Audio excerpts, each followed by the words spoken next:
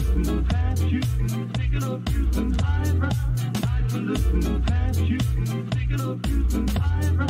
Fade a little low down, and her fade a little low down, and her head went round and round. Oh, she thought I was okay, but he stepped off that train with a hi-hat, the piccolo and the cane.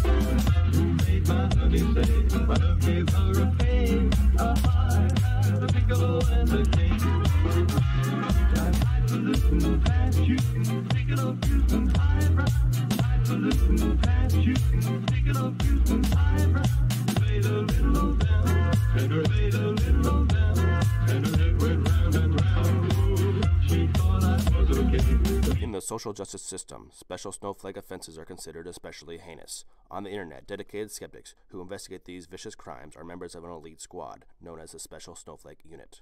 These are their stories.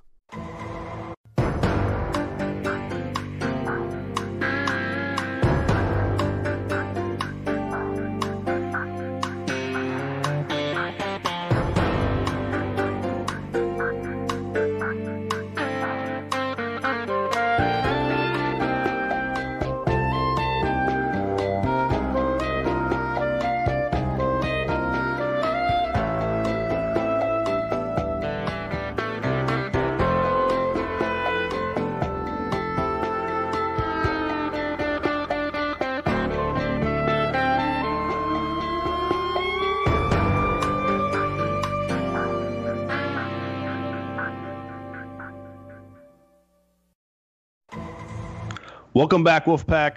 Wow, I missed that. Welcome back, Wolfpack. Direwolf here for our weekly call-in show, and alongside me is our resident weeb, Vincent Veritas. How you doing? Hey, I'm doing absolutely outstanding. I can't wait to get onto our stories.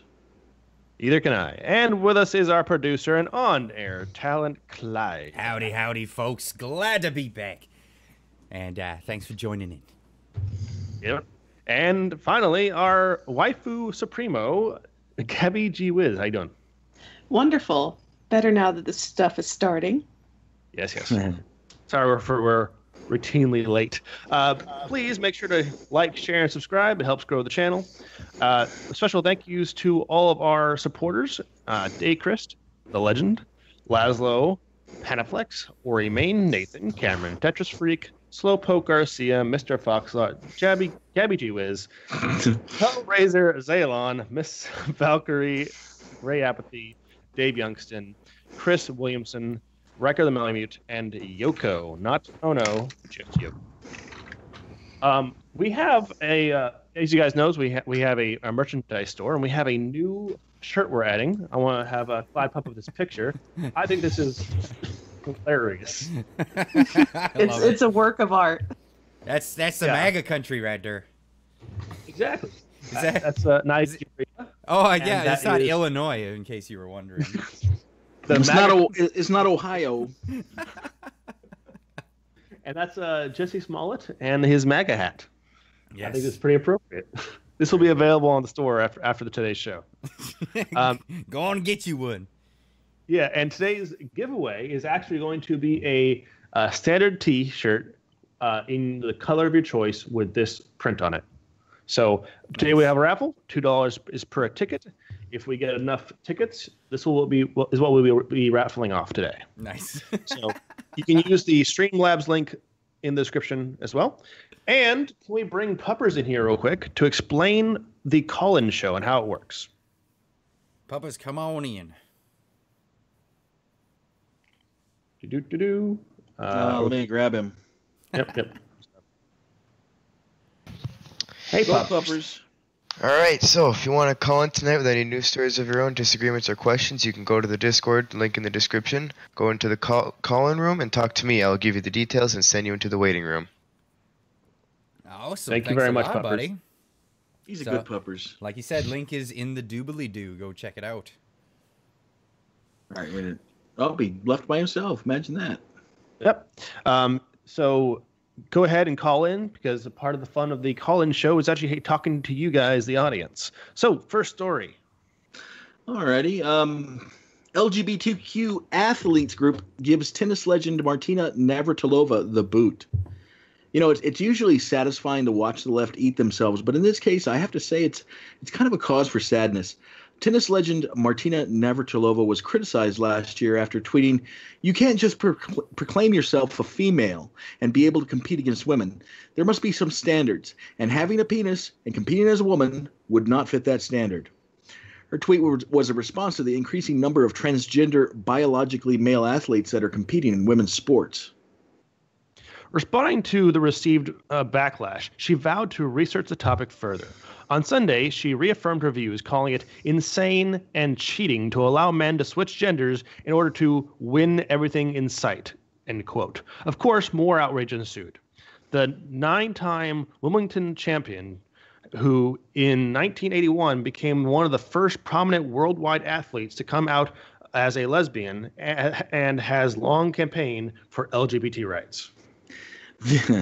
The advocacy group called Athlete Allies said in response to Navratilovan's comments, as an organization committed to eradicating root causes of homophobia and transphobia in and through sports, we are deeply troubled by this misinformation and stigma she's perpetrating, and hope the correct information is disseminated.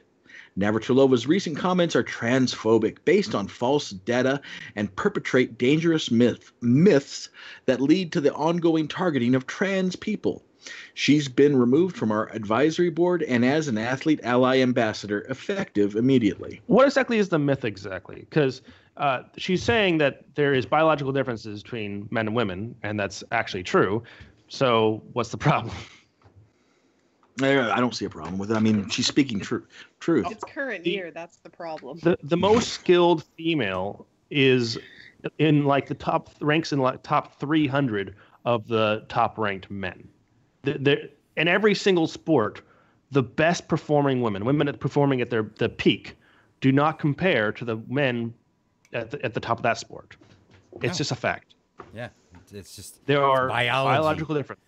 Yeah, and one of her detractors, their argument against her was saying that by saying that there's biological differences, she's saying that they aren't real females. Well, the fact is, if you are biologically male, no matter how many surgeries, no matter how much hormones you take, you don't become female. What? That's you not can science. Become effeminate. You can feminize your features. You not become female. But that's not right, Dyer. I saw that tweet earlier today that said that if a woman's penis is a biologically female penis. I saw that. Oh my god. Yeah, that's hard science. You know what they used to call it when a dude was dressed up like a woman and said that he was a woman? They called it pretending. What? Yeah. Well, anyway, it's amazing how words change. It is amazing. What is also interesting is how the left only accepts you if you stay in lockstep with each and every one of their beliefs. If you express wrongthink, you must apologize and humble yourself completely. It's like asking forgiveness to the Church of Intersectionality. No one's safe. No one has done enough to disagree with the communal consensus that intersectionality advocates for. If Martina Navratilova can fall victim to the left eating one of their own, anyone can. Yes, and one thing I want to point out is she went and looked at the research and came to that opinion. And her opinion was based off of those facts that she researched.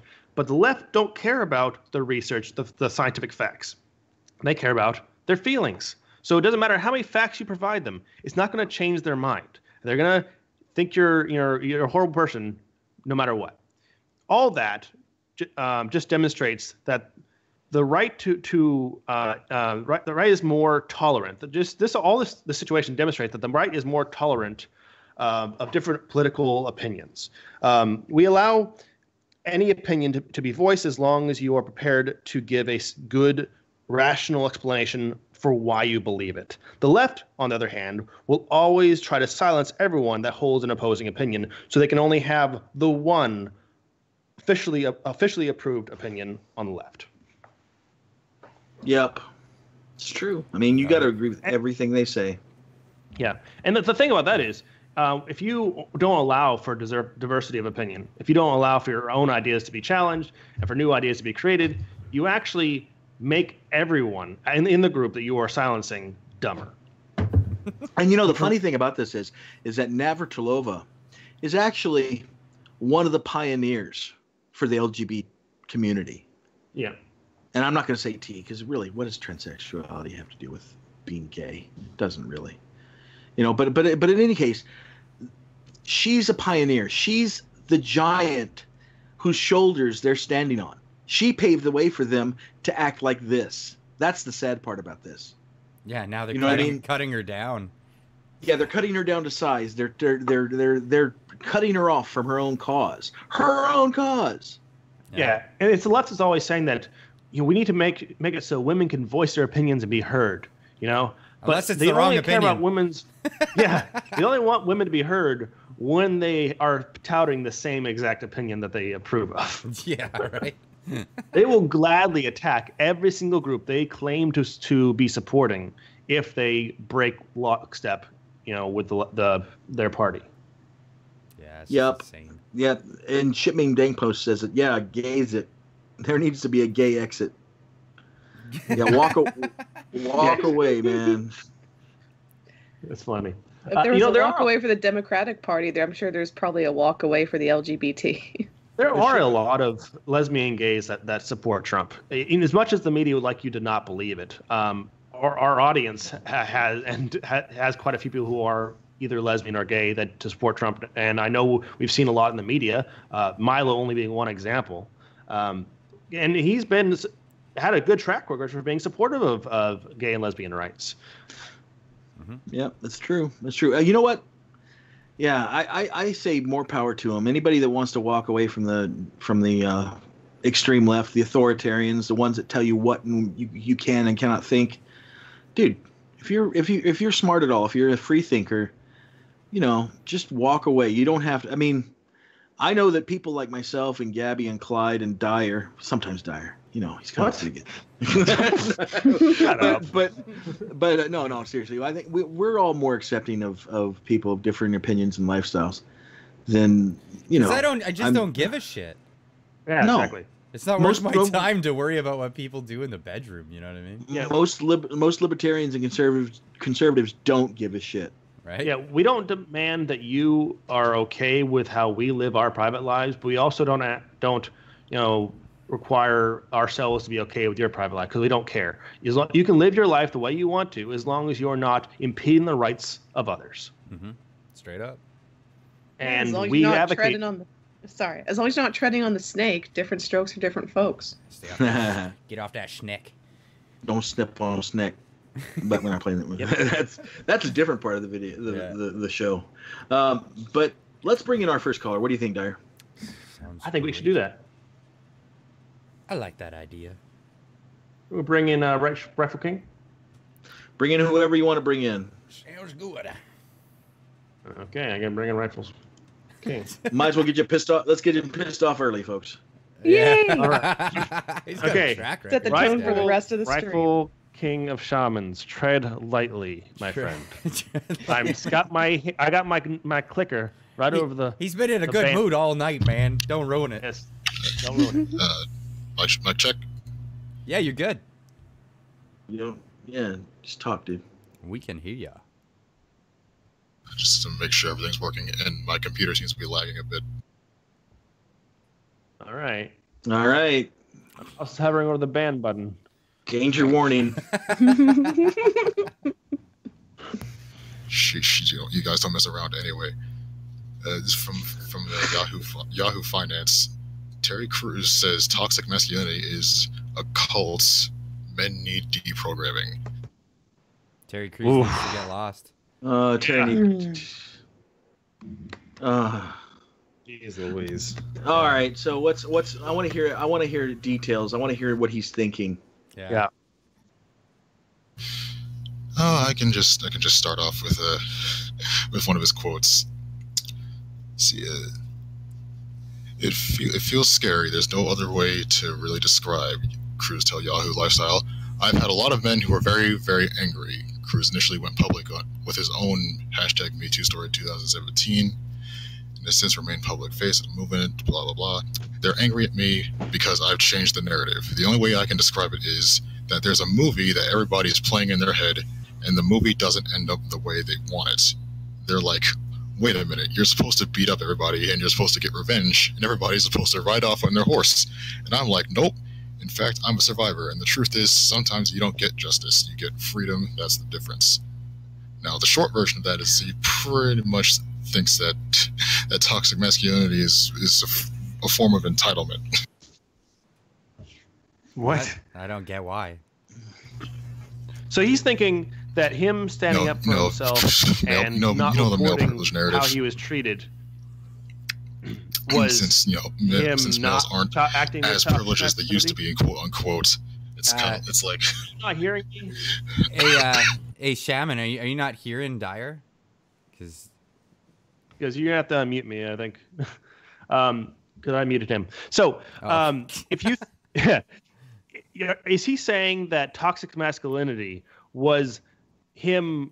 Would have been him standing up for himself, him reporting someone who was sexually assaulting him? Because I disagree.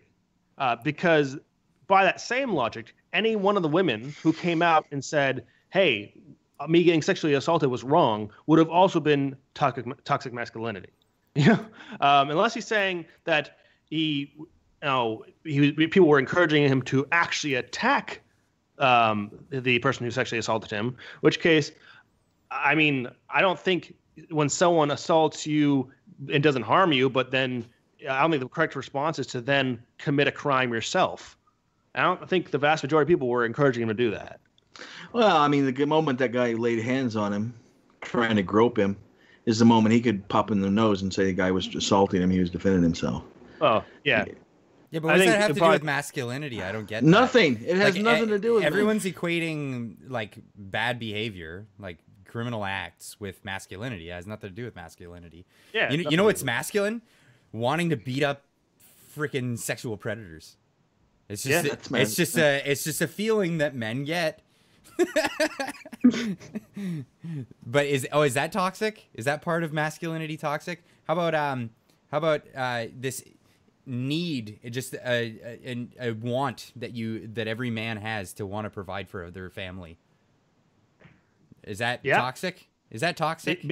According to them, yes, it is. Also, being self-reliant is toxic masculinity. You should be depending on everyone else. You can't try to depend on yourself. That's retarded. That's oppressive and dominating. Who enjoys that? But then when you those guys that are like not independent and are constantly bugging people for shit, they're like, would you get out of here, you fucking pansy?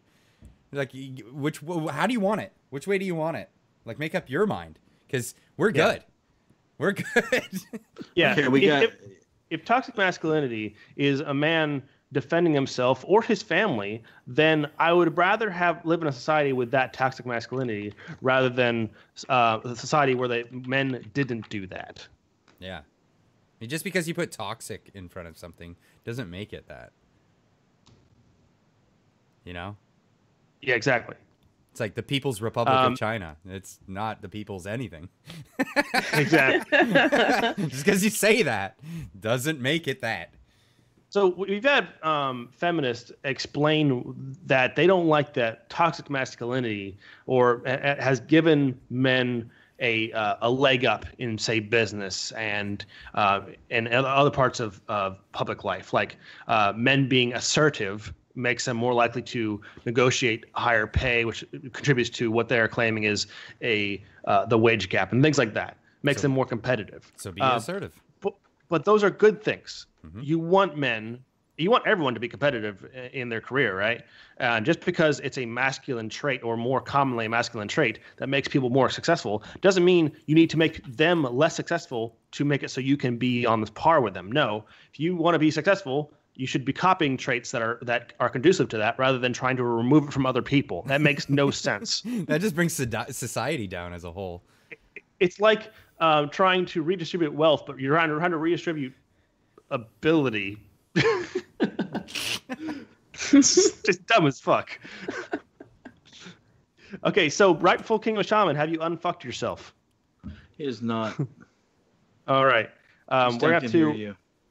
We're gonna have to put you in the figure out your personal issues box, and then we'll bring in. Harsh, dude. Tell us how you really feel, Dyer. I'm sorry, we can't have a conversation where only one of us can hear each other. But we'll bring you back on. You're not kicked off or banned. Don't worry. Yeah. All right. Yeah. You didn't get angry this time, Dyer. Not yet. Not yet. No, I put you in the wrong. Put you in the waiting. Call waiting. My bad. Well, let's move on to the next story. What do you say, guys? Let's shall. Oh, he left. I thought, come back here, man. I gotta unserver mute you. When you come back, you're gonna still be server muted. Just come back. Shit. Ah, dang it. Oh. What'd you do, Dyer? He left the room, so I can't click on him and unserver mute him. Hey, puppers, if you see him, can you unserver mute him, please? Thank you. Moving on, next story. The Trump administration launches a racist campaign to end criminalized homosexuality abroad. That's terrible. Why would they do such a bigoted thing? Those damn bigots. Right? The Trump administration is launching a global campaign to end the criminalization of homosexuality in dozens of nations where it's still illegal to be gay. It is illegal to be gay in 72 countries, including Iran, Sudan, Saudi Arabia, and Yemen, because homosexuality in those places is punishable under death under Sharia law. The same applies to parts of Somalia and northern Nigeria. All of those nations, Iran, Saudi Arabia, Somalia, and Yemen, are all members of the UN, the globalist political organization that condemns the United States as being morally bankrupt. Yeah, irony. Thy name is UN. Led by U.S. Ambassador to Germany, Richard Grenell, who's openly gay, the campaign intends to push for decriminalization in places that still outlaw homosexuality. Unsurprisingly, most of these nations are concentrated in the Middle East, Africa, and the Caribbean.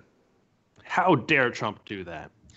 The plan was conceived partly in response to the recent reported execution of a young gay man in Iran and focuses mainly on decriminalization. Same-sex marriage and other first world issues are not being tackled at this time. I suppose that's reasonable. Let's stop killing them before we decide whether or not they can get married or not, shall we? Baby steps. Let's start with accepting their right to exist. What? Oh, come on. That's not a human right to exist. Come on. Ambassador Grenell has been an outspoken critic of Iran and has aggressively pressed European nations to abandon the 2015 nuclear deal and reimpose sanctions. So far, these efforts to bring the Europeans along have failed. So still, this sounds very positive, doesn't it? Not so fast, Nazi. The mainstream media has a spicy take to share with you. NBC News said, by using gay rights as a cudgel against Iran, the Trump administration risks exposing close U.S. allies who are also vulnerable on the issue and creating a new tension point with the one region where Trump has managed to strengthen U.S. ties, the Arab world. You heard that right. Maybe we should put pressure on them. Maybe. And you heard that right. By advocating for decriminalization of homosexuality abroad, Trump made countries that kill gays look bad. Oh my God, no. Oh No.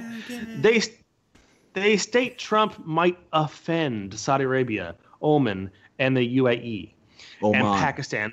Oman, the UAE, and Pakistan for imposing our values on them.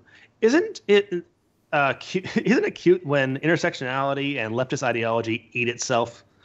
Imagine being so woke that by fighting violence against gays, you're being a bigot.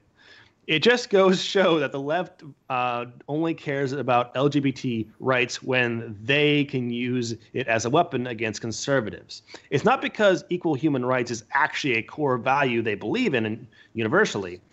And wasn't it the same media saying that Trump should break off ties and put sanctions on Saudi Arabia for their record on human rights and freedom of speech just like a few weeks ago? Yeah, the media hates it when journalists are attacked. Yeah, well, they were condemning Saudi Arabia and saying that Trump's foreign policy using Saudi Arabia was immoral because of their track record on human rights and freedom of speech and killing journalists. Mm-hmm. That was like 3 weeks ago, though. Wow, it almost seems like their political positions are completely based on whatever the opposite of Trump says. Yeah. So make up no fucking principles, man. None. Make up your minds, assholes. Do we want to protect gays or not? Shall we keep them from being imprisoned and executed abroad, or shall we continue to fight for the right to expose yourself to children during gay pride parades here in the West? The left only likes to fight for causes when the cause is easy to fight for. They don't have the stomach to combat actual oppression when the people they're protecting against might actually fight back. Yeah. Instead, they end up fighting for quote-unquote rights that lesbian and gays on average don't even want. Many gays don't like being portrayed as overly sexual exhibitionists. The left seem to conflate the right to do whatever you want in the bedroom with the right to be lewd in public. They're so upset that Trump might be accomplishing things that, despite all their virtue signaling, they've been unable or unwilling to do. It really, really pisses them off. Want to hear something else that pisses them off? Recently, it has been confirmed that President Trump has been nominated for a Nobel Peace Prize. Oh my God, yes. You know, that award that Barack Obama was awarded for doing absolutely nothing? Yeah, the guy that created more wars and got a peace prize. Irony. Well, Donald Trump actually did something for his nomination. He brought peace to the Korean Peninsula after 60 years of ineffective foreign policy. Yeah. Yep. Brought him to the table, talked to him, had a sit down, said, mind your P's and Q's or I'll kick your ass. And what do you know? It worked. What? Showing a little bit of strength. Why we can't just give money to them and make them go away? So he showed strength and confidence, and it actually resulted in a positive outcome. Almost like masculinity and the traits of traditional masculinity aren't that toxic. They're actually useful. Huh. Yeah. Sounds like a bio attack. That was toxic. Yeah. Toxic. Toxic. Apparently, I'm pretty sure that it was the Japanese that nominated Trump, by the way. Really? Really? Yeah, pretty sure. Yeah. That's what I heard too. Yatta Nihon. Well, hell, man, they're our best friends. We are giving them a lot of military support right now. Omedetou gozaimasu. Which also, by the way, is boosting their economy. Though it didn't really need that help. It definitely is helping boost their economy. Oh yeah, for sure. Things are doing. I think okay. they're doing fine without it, but it's not hurting. It's always good to have good trading partners. Exactly. Well, Never you want to bring hurts. in knives real quick? Let's see what we can do. You bring here. knives. I'm gonna run down to the stream chat and see if what's his face can hear me. Yeah, what's his face? What's his name? Who cares? Who's Yeah, that who guy? Who's that guy? That guy. All right, you go ahead and do that. Hey, King of Shamans, go to the stream room. We're waiting room. What's up, Knives? What you got for us? Knives, you're on the air. You can unmute yourself. He's here. I'll unmute him. There you go. There you go. I There can't you unmute are. myself. There you Yeah. are. How's it How going, you buddy? doing, boys? Am I coming in clear? You are. Awesome. What you got Well, for us? Well, this one comes from the U.S., not an Australian one this time. Nice. Yep. A little more A U.S. relatable. pharmacist is a U.S. pharmacist is facing charges over alleged hit plan on On a what? Sorry. a witness A hit. to one of his private personal crimes he did prior. So, yeah, he hired a hitman. Okay. What did he do? Yeah. What was his crime? He was dispensing oxycodone and alphazolam. I can't pronounce these, but they're over So, opioids. yeah. Outside of his Okay. practice, without a legitimate purpose, blah blah blah. He sold to the someone, and he just dobbed him in. He ended up getting a court sentence. He going to court. He lost his practice. He lost his license. He lost this. He lost that. He's out of a job. But he knows the guy. Yeah. Am So I, he missing, knows am I the guy missing who- something? So he was selling oxy, and where's the hit come from? Well, he got caught. This is what I got. He got caught, right, Knives?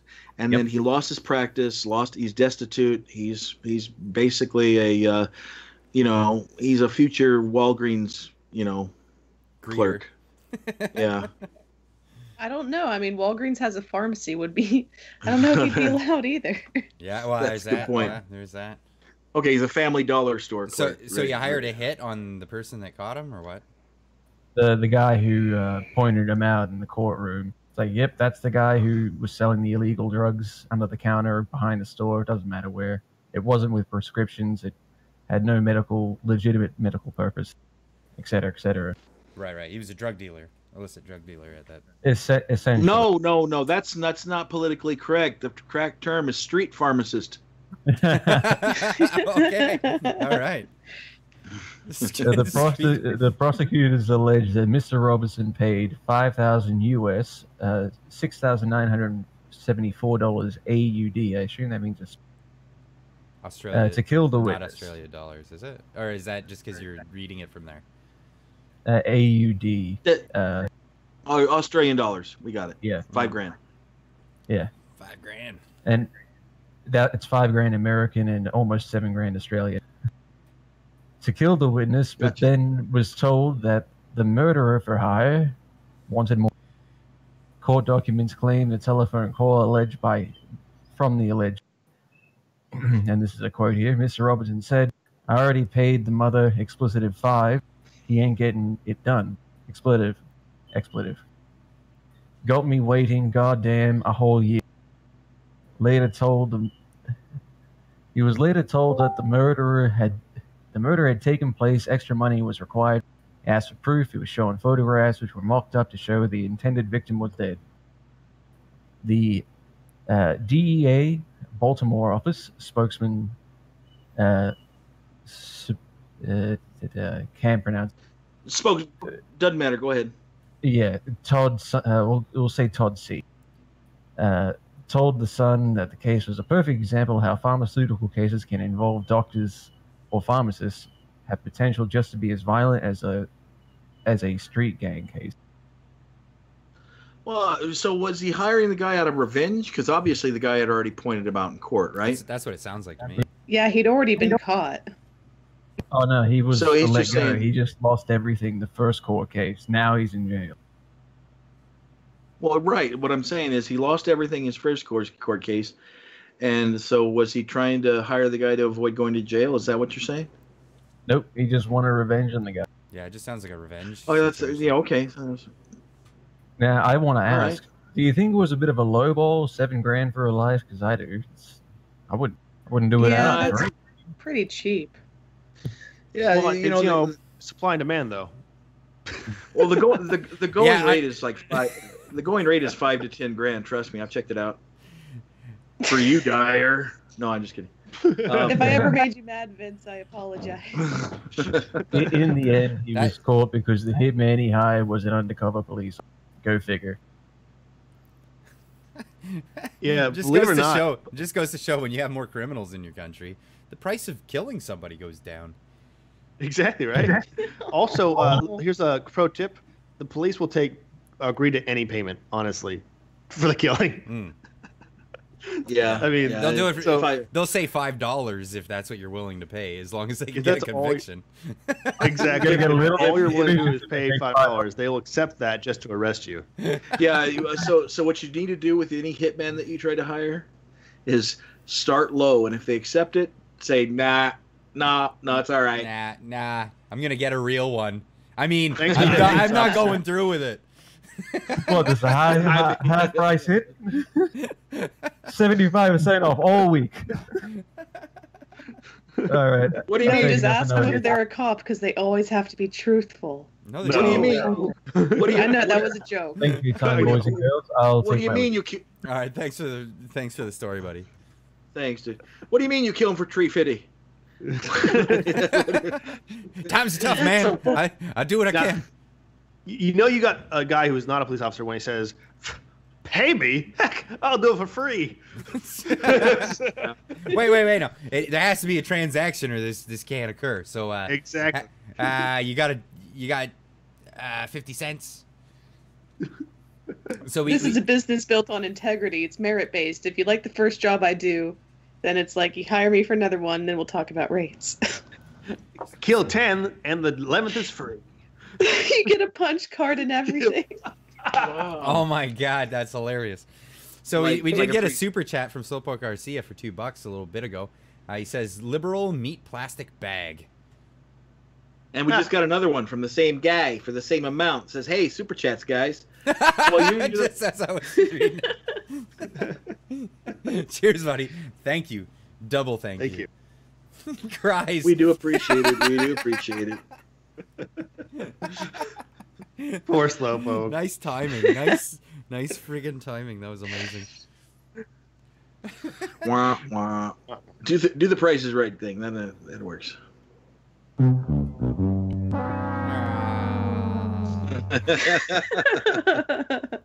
On to our next story. This one's yours. No. I got this one. She can handle the ones after this one. No, I meant the highlighted portion. Oh, okay. Well, there you go. All right, Gabby, it's you and me. Bernie Sanders announces a White House bid. Senator Bernie Sanders, who calls himself a progressive, ran a losing campaign for president in 2016 against Democratic primary rival Hillary Clinton. It seems he didn't disgrace himself enough last time, as he announced Tuesday morning he's launching a second run for the White House. Yeah. Sanders 2020. Feel the burn, baby. Oh, yeah. His Look at wheelchair him. is ablazing on the trail. The only thing that's gonna burn is your wallet if you vote for that fucking guy. Look at him. Look how sad he looks. Look at him. Now you look at him. That guy. Look at his face. We need an even distribution of people looking at him. Both eyes. Everyone both of get your your fair eyes. dues of looking. Yes. How come? Sanders is what? How old is he? Dyer, I forget how old he was. When was the last time dinosaurs roamed the earth? Oh yeah. I don't know how old was he when he signed the first copy of the Communist Manifesto? All I know is he was a In the good same friend room with Karl Marx. Yeah. Wasn't he the guy that took 30 pieces of silver to turn in his buddy to the Romans? I'm not sure. Oh yeah. That sounds right. Yeah, but in any case, Engels drove him there. anyway, Sanders, who enthusiastically embraces proposals ranging from Medicare for all to free tuition college tuition for all, stunned the Democratic establishment in 2016 with his spirited challenge to Clinton. While he was eventually defeated, i.e., bought out by his rival, his campaign has largely been responsible for the leftward slide that has dominated Democratic politics in the Trump era. Well, you say his campaign lost, but in reality, he was robbed. The DNC completely bought and paid for the rigged primaries in favor of Hillary, and after Sanders was robbed, he humiliated himself by walking back his criticism and campaigning for the very same person who stole the nomination from him. One might call the guy a sellout. You might actually call him that. He said, quote, "It is absolutely imperative that Donald Trump be defeated because I think it unacceptable and un-American, and to be frank with you, that we have a president who is a pathological liar. Sorry. And it gives me no pleasure to say that, but it's true." You could do it better Sanders than I. But anyway, Sanders said honestly, I'd love to tell you what he's talking about, but I have no idea. It's so fucking stupid. Sanders said this in an interview. He continued by shoveling as many baseless accusations at Trump as he could. "We have a president who is a racist, who is a sexist, who is a xenophobe, who is doing what no other president in our lifetimes has come close to doing, and that is trying to divide us up." This is a load of particularly hot garbage. Trump has long been an advocate for the welfare of the black community. The black unemployment rate is at its lowest that it's ever been in our nation's history. When Sanders calls Trump a sexist, he's most likely referring to the grab him by the pussy statement. If you go by that standard, then Sanders himself has said some questionable things like, and I quote, "A woman enjoys intercourse with her man as she fantasizes about being raped by 3 men simultaneously." He fucking said Classy. that? Yeah, Really? he said that. Yeah. Like, Sounds that's not even yeah, funny. That's just gross. Yeah, sounds to me like he has a pretty low opinion of women himself. Yeah, like the grab him by the pussy thing was just kind of like, yeah, man, they'll even let you do that. You know, I got so much money. You know, and this guy's just like, on they'll let you. Yeah, right. They always forget that part, the consent part. You can say it's gross, but like to say it's rape, it's dude. Yeah. Let's just cut to the But what he's basically saying here, guys, is let's just cut to the chase for the sake of brevity. Bernie said Orange Man bad.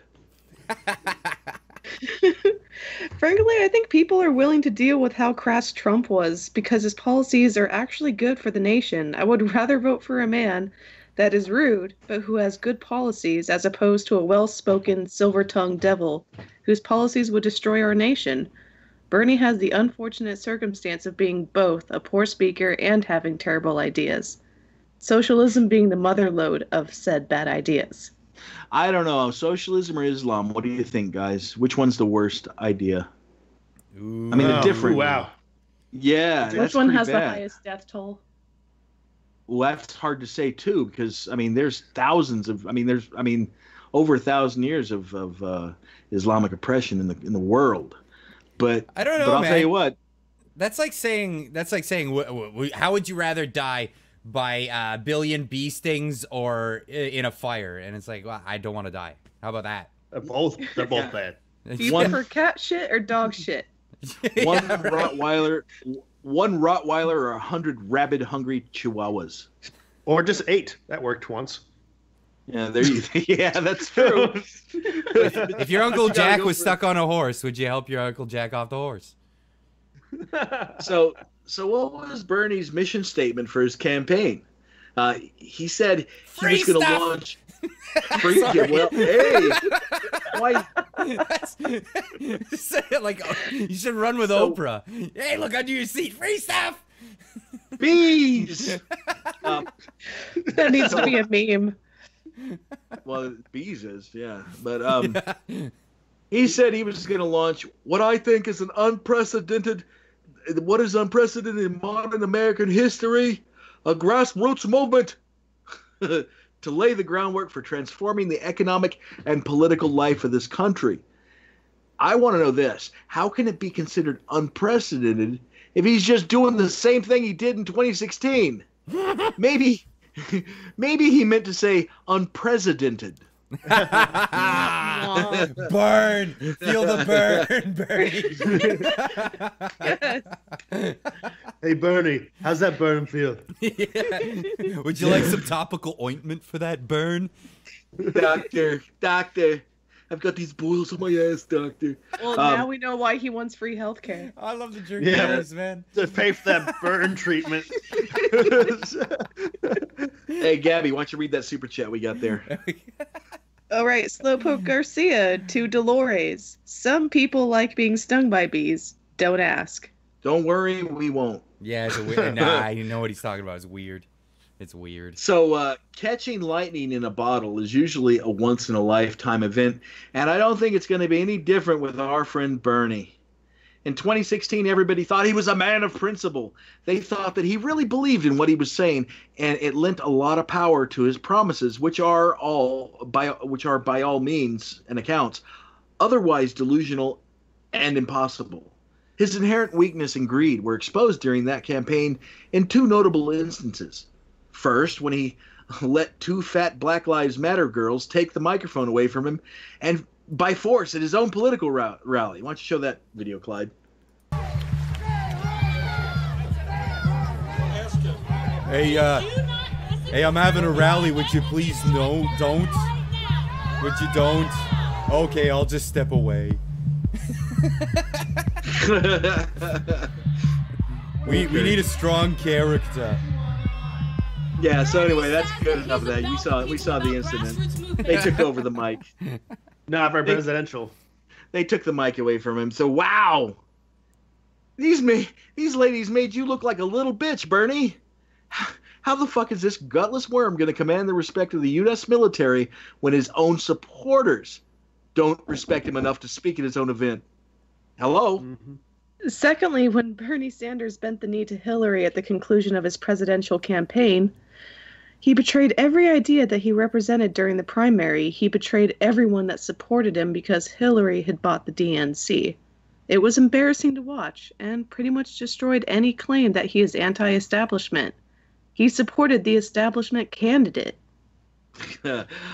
I also find it amazing that after the election, he purchased for himself a $600,000 vacation home. It really makes you think, doesn't it? Maybe our little socialist wonder boy has a taste for the good life, eh? Yeah. Eh? Oh, we got Lone Fury. Yeah, with some bits. He threw out, that's a total of 500 bits there for us. Wow. Thank you, sir. Wow. Yeah, thank you very much, sir. So, maybe you think he has a taste for the good life? You wouldn't think so. You wouldn't think so. Hey, Bernie, why don't you share your good life with the rest of us? Pay your fair share, Bernie. We need to have Yes. equal distribution of mansions. Yeah. Yeah. You get to have So a mansion. Everyone else should have one. Doesn't he have like 5 homes? he had, I think he has 3. But in any case, I did actually ask him on Twitter for half his money. I mean, it's only fair. It's only fair, right? Yeah. So anyway, Why not? Just throw that out there. Hey, why should we live in a country where people are starving in the streets, but Bernie gets to have 3 homes? Yeah, Right? well, I told him starting a this. commune. Yeah. Well, I mean, he doesn't have the best track record with the commies. It didn't work out, okay? It wasn't compulsory, so that's why it didn't work. That's why I got into government. they were looking for labor. I'm an ideas man. What are you gonna do? So you wouldn't think he liked the good life based on his comments about poor people in socialist countries having to wait in bread lines. Ooh. Mm-hmm. Yeah. It's funny, sometimes American journalists talk about how bad a country is because people are lining up for food. That's a good thing. In other countries, when they line up for food, the rich get the food and the poor starve to death. Yeah. The only line they should have is at a grocery store. That's what they said. So that's you guys, a good thing. It's a good thing that there's shortages of food because of economic disaster.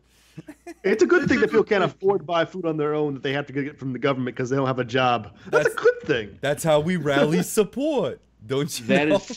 That is some world class mental gymnastics right there. That's how we make people dependent on the state, like they rightly should be. Bernie's gonna win the Communist Olympics with that kind of gymnastic skills. God. So you guys in the audience, I want you to know, you guys, if you gotta wait. Oh, here we go. Daychrist. $50. Bernie is going only after billionaires because he's only a multi-millionaire. It's to safeguard his own fortune.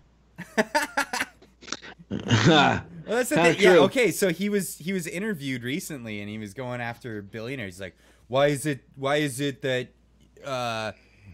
people are allowed to have this kind of money? And that's like assuming that who owns it? If you're assuming that you're giving permission for somebody else to make that kind of money. Yeah, so you're kind of just jumping in the middle of 2 transactions between, other people, not you. You're not involved. Don't claim ownership to any of that crap. I'd like to point something out here. If it weren't for people that made a lot of money, okay, I mean, I know not every billionaire is like this, but without billionaires, you wouldn't have people like Elon Musk, who are visionaries, who have the capability to actually look forward and ahead. I mean, you can agree or disagree with a lot of his. There he goes. That's Silplug Garcia donated $2. He says Dyer streaming everywhere, including Pornhub. I think yeah, it says Pornhub and Cornhub. All right, Cornhub. I haven't seen that. I am website. not We going gotta to ask about diversify, that. okay? With all of Don't them ask. soft pour and hard pour corn. Yeah, but I mean, you wouldn't have the SpaceX without billionaires like that. You know what I mean? These are people that are actually helping our society, rather than saying our society sucks. We need to give you more free stuff. I want another vacation. I want another vacation home. The human race has tried communism, socialism a bunch since the frickin' idea came around. The idea is not that old, right? Karl Marx was alive within the past, what, century and a half? You know, like it hasn't been that long, and it's been devastating everywhere they've tried it. Like, not It's just like, well, let's try it, and then they decide to go away from it because they're like, it was good, but not that good. We could do something a little better. No, it was fucking people dying en masse. Like, it's fucking terrible. It kind of reminds me of my Live, Laugh, Love, Starve. Yes. That I put on Twitter. But when are people gonna get it through their thick skulls that, like, I know it sounds good, but the road to hell is paved with good intentions, right? Like, you can't. The whole problem with socialism is the fact that things are finite. Like this, it's just a fact of nature. Like, I'm sorry you don't like how the world is. Nobody does. Because the reality of humanity is suffering and nature, and like having to toil to get anywhere. Well, we found this great idea called the market economy, and it's been fucking booming. Business is good, man. And you guys are just going in there, and you call us greedy. Right? You know what I mean? You're like, oh yeah, well, you know what? I don't want to work. I just want all this stuff for free. And in fact, if you vote for me, I'll take all those guys' good stuff and I'll give it to all of you.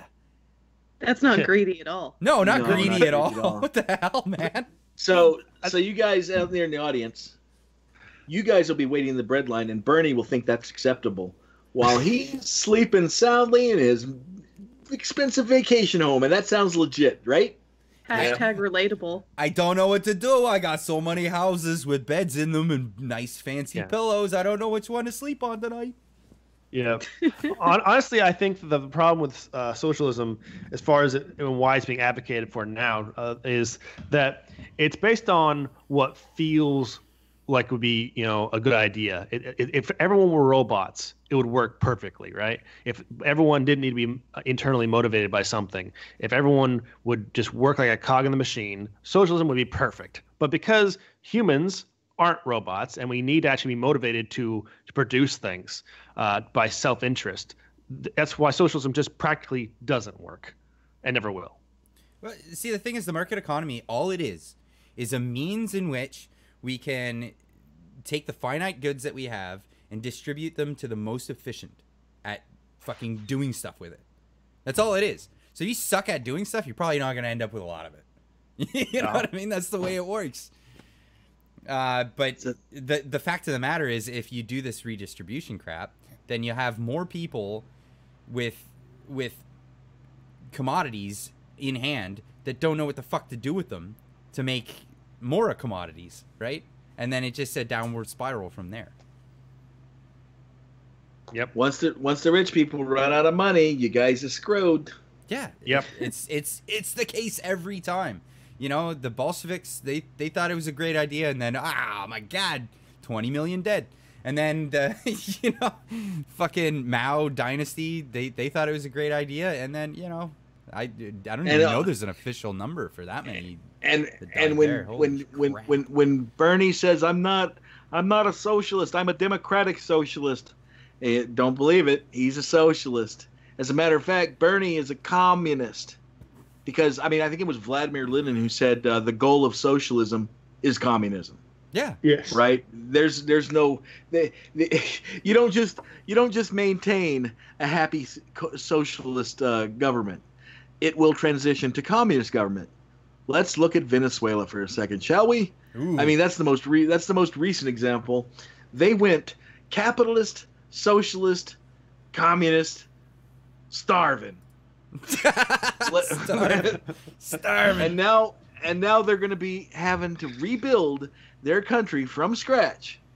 And what's going to happen is they'll probably rebuild it. They'll have some natural resources to exploit. They'll start selling oil again.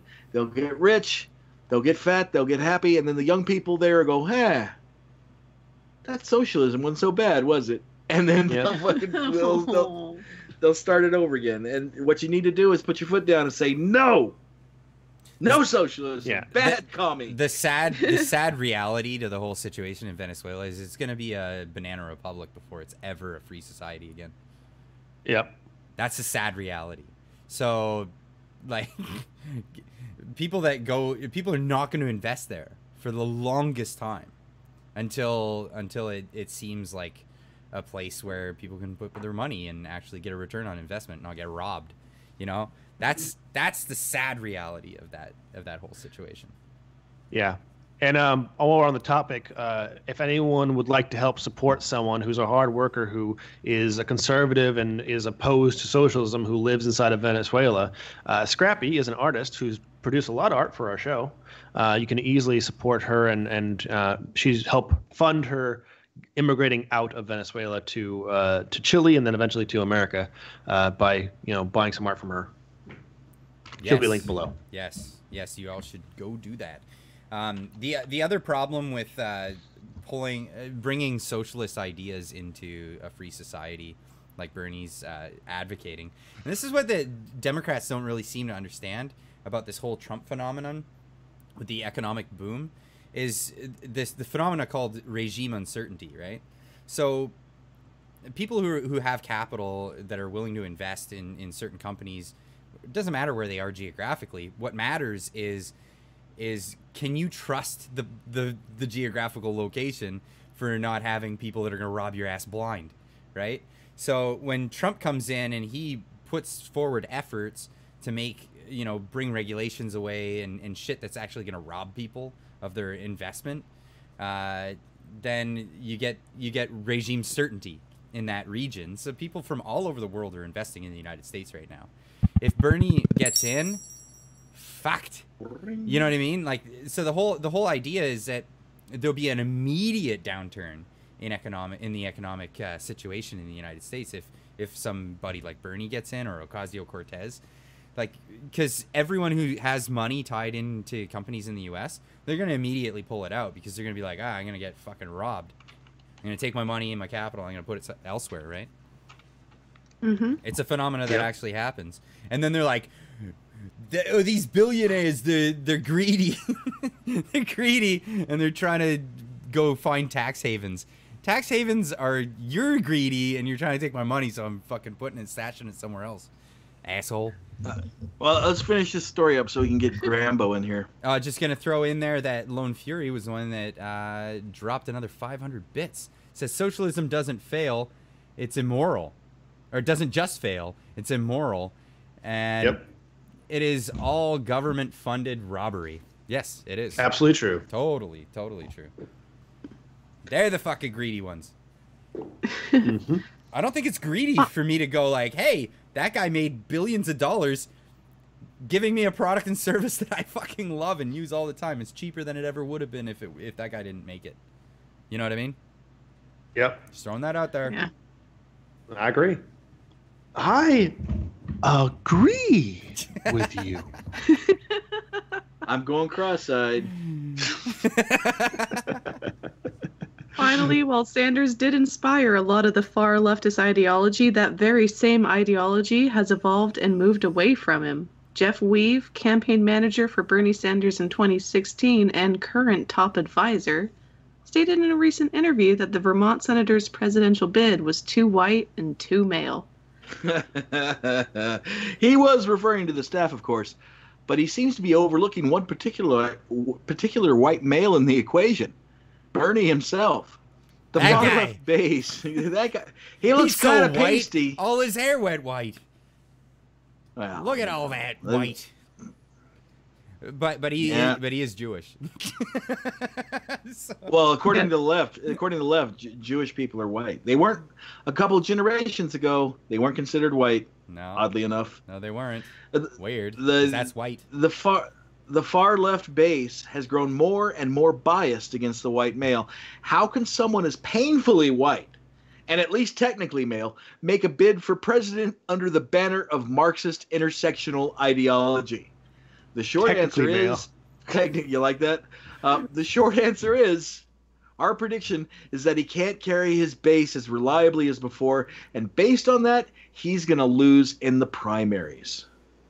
Probably to Spartacus. Oh my God. Please, Booker, win the primaries. Please. Oh, that would just be a gift. The gift that just keeps on coming. I mean, I don't know. Are they in a competition to say who could say the dumbest thing? Because right now Cortez is way in the lead, and Spartacus, and then Kamala Harris, and then Bernie. I think that's the hierarchy at the moment. Yeah, but well, the thing is, Camel, she can get in, but Ocasio is like, she's not even eligible to run for president. Camel toe Harris. Yeah, Camel toe Harris. Camel toe Harris. Oh. Ew. Did that make you sad? I'm a sad panda.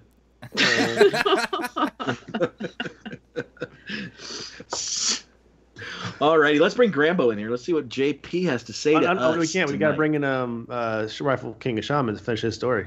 Can he hear you now? Right, you are, Kenny. He can. I talked to him. Hey, What? Shaman. All right, everything working properly now? I can hear you. Yeah, Twins, can you hear me? Mm-hmm. Yes, I can hear you. I just had to mute the stream. Scared me for a second.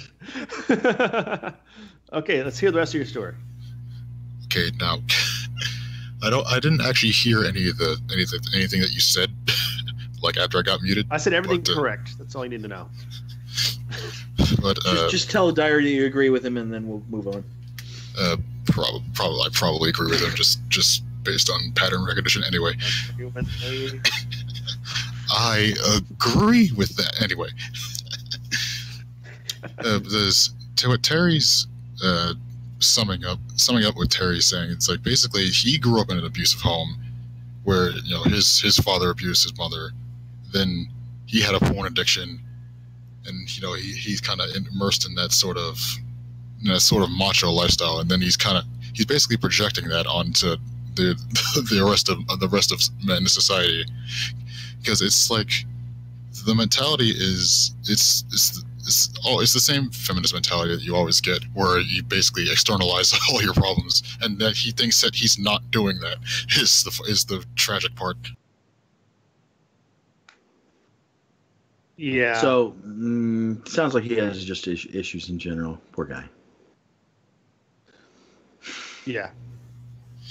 I don't think just because he thinks he's been guilty of toxic masculinity, that toxic masculinity is an issue. And I also don't think I agree with his definition of masculinity being toxic. I think he just made some poor choices. Yeah. Okay. Now I found the quote that I actually wanted to to quote here. It said, quote, "I was forced to look at myself as I really was. I don't think you were. Just for a blink. I had made all these excuses as to why I'm a victim, because when you're talking about toxic masculinity, pity rules that. Pity is the number one emotion. Feel sorry for me. That's so much projection of feminism. Like, oh my God." Exactly. Yeah. I don't have much of an opinion about Terry Crews. I don't really think that he says anything that's, particularly insightful usually. But I do like watching Tariq Nasheed take it to him hard on Twitter. That's funny. That's funny right there. Now, see, my purpose in bringing this to your attention is not about Terry Crews specifically. I don't actually really give a shit about him, not as an individual anyway. My point was bringing this to your attention was because it's kind of this feminist sleight of hand, because they present Terry as he's a man, so he couldn't possibly hate men and masculinity. He wants to help men, but obviously if you listen to what he's saying and you have a mind for this sort of thing, you'll hear the feminist rhetoric, and you know how hateful that is already. So it's insidious. They're trying to slip that in under your radar without anyone who's not privy to it's not going to be able to pick that up. I'm honestly not really concerned with feminists anymore. I think that's a dead meme anyway. You know what I mean? Like the young kids today, they fucking hate that idea. The whole intersectionality and all that stuff. I think it's run its course. It's supernovaed, and they're all just fucking running around on fire at this point. Yeah, they're running around. They're running around like boomers who don't know that their idea is fucking old and outdated now. Yeah. It's just funny. Their ideas were, they're created, debunked, and outdated so quickly.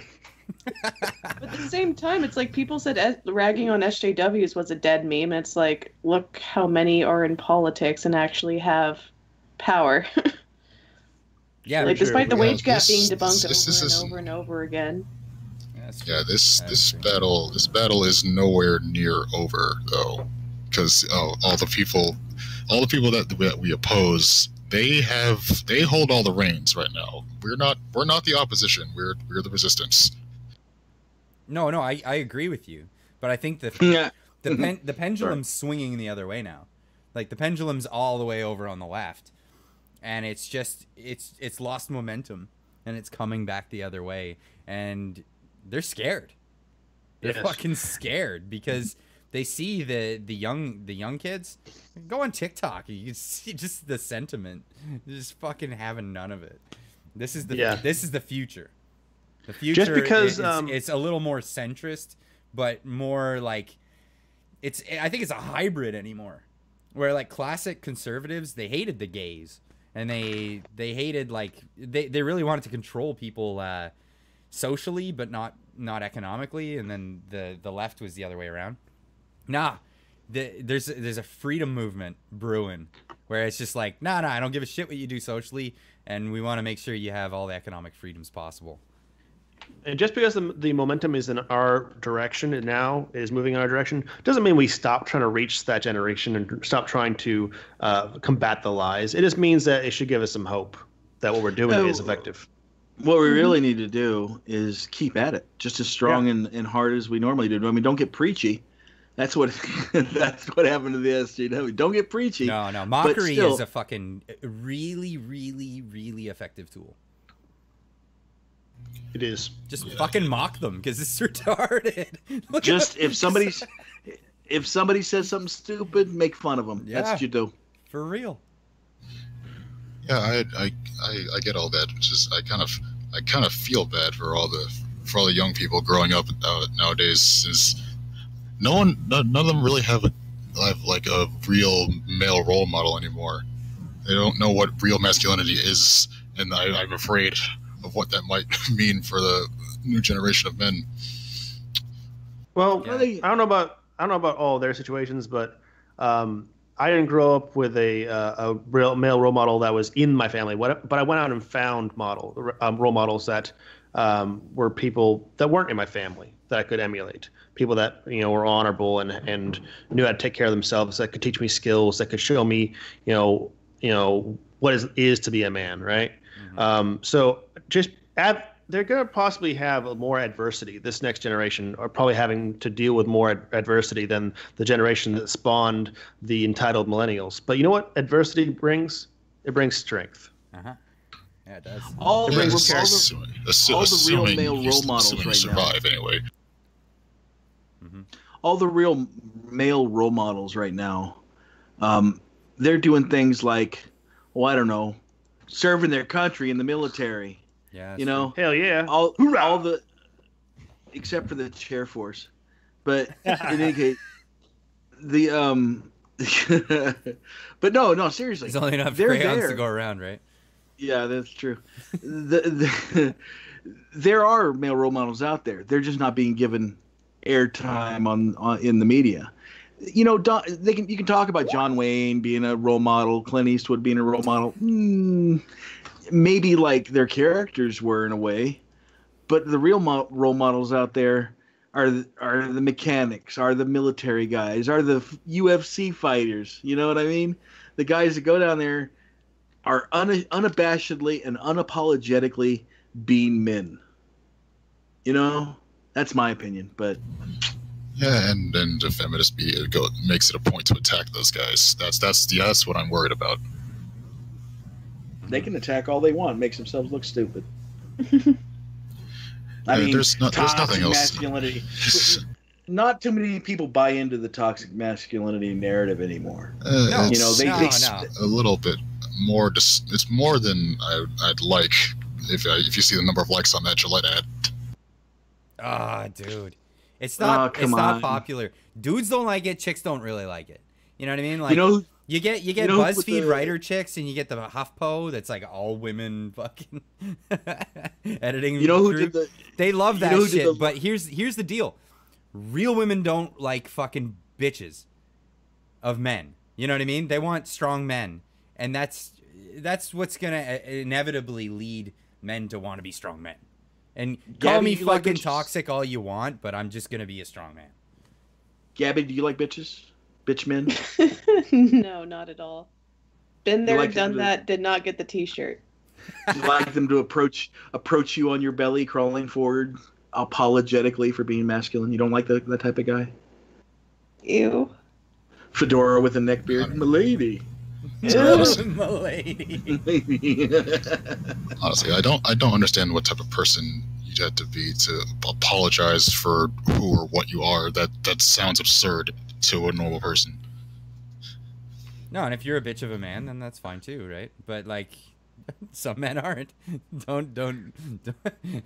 There's always a ball busting female out there who will like a guy like that. Look at That look wasn't aimed at you, Jay Shive. Chris.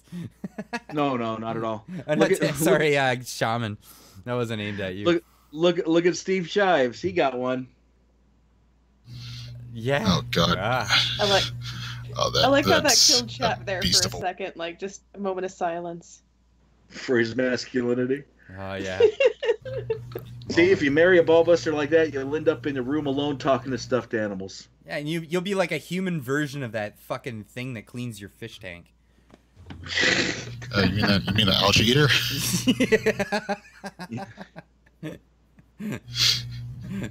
Oh God, that's a perfect analogy for Steve Shaw as a human algae eater. Oh my God. That's why his lips are so moist and big. He's a whistling trout. Oh my It works so well. Oh God. my God. That is actually the perfect analogy. Oh shit. All right. All right, I broke salmon. There's nothing else to this article really. But All right, well, we do Before- appreciate you coming by. okay, Shaman. one more thing before I go. This year, the International Conference on Men's Issues is being held in Chicago. Mhm. So the Honey Badgers are actually hosting it this year.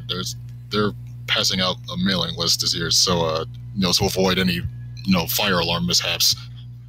Right. So if anyone wants a Bring link, your flak jacket. if anyone wants a link, I can give you the link to the mailing list because they're not publicizing the location yet. Yeah, give Yeah, us send it to me. I'll Yeah, throw that'd it be in the chat. cool. I'll throw it in the description.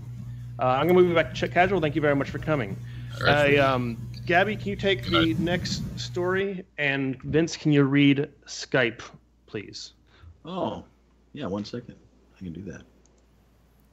All right. Moving on. Gabby? The left say Trump is dividing us. Democratic presidential candidate Senator Kirsten Gillibrand this week said President Donald Trump's, quote, hate and division had given permission for people to thrive in hate, which caused an increase in hate crimes. She wanted to claim that Trump is tearing apart the moral fabric of this country and that she thinks that he is dividing us on every racial line, every religious line, and every socio-economic line he can find. The curious part of this claim is who benefits from America being divided? It sure as hell isn't Trump or conservatives. The radical left who want to create a coalition of minority groups united against the mythical white supremacy patriarchy benefit from dividing and demonizing straight white males. Whereas Trump, who cannot stay in office with only the support of straight white males, depends upon conservatives being inclusive and diverse. Trump cannot win with the support of only white men. He needs to appeal to blacks, Hispanics, gays, and all other Americans. Trump doesn't benefit from excluding or dividing America. That division solely benefits the left. She blamed Trump for an increase in hate crimes and anti-Semitism and racism, homophobia, anti-Muslim, anti-immigrant, anti-refugee, etc., all the tisms, adding that he has demonized people for crossing our border looking for assistance. First, crossing our border looking for assistance is an interesting way of saying illegally entering our country. Second, she has the gall to accuse Trump supporters of being anti-Semitic when the largest left-wing anti-Trump organization, the Women's March, has been proven to be anti-Semitic, to the point of excluding Jews from their leadership. Despite this, the Women's March has been touted as a great liberal movement by Democratic leaders. Conversely, no anti-Semitic group on the right has garnered mainstream conservative support. And third, saying conservatives are anti-immigrant or anti-refugee is the oldest lie in the book, right next to just the tip, just for a second.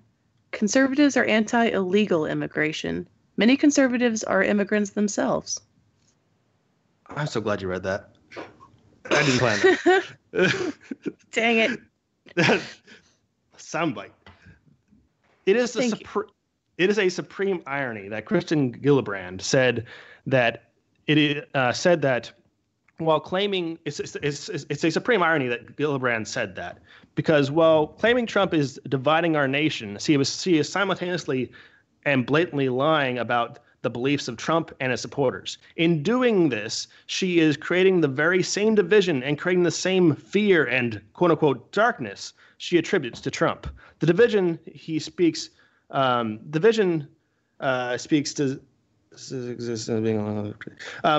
division that they're speaking of does not benefit Trump. It benefits them, and it's being created by them. Mm-hmm. The Gateway Pundit recently reported on an example of this division. They reported on a gay Trump supporter named Scott Pressler, who was attacked for holding a sign supporting Trump. Mr. Pressler, who goes by hashtag the Persistence on Twitter, was standing on a street corner in Virginia Beach with a pro-Trump sign when two men drove by and threw something at him. They missed, but stopped and got out to confront him.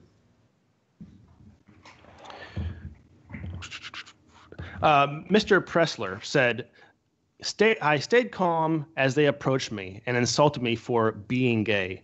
This is a hate crime.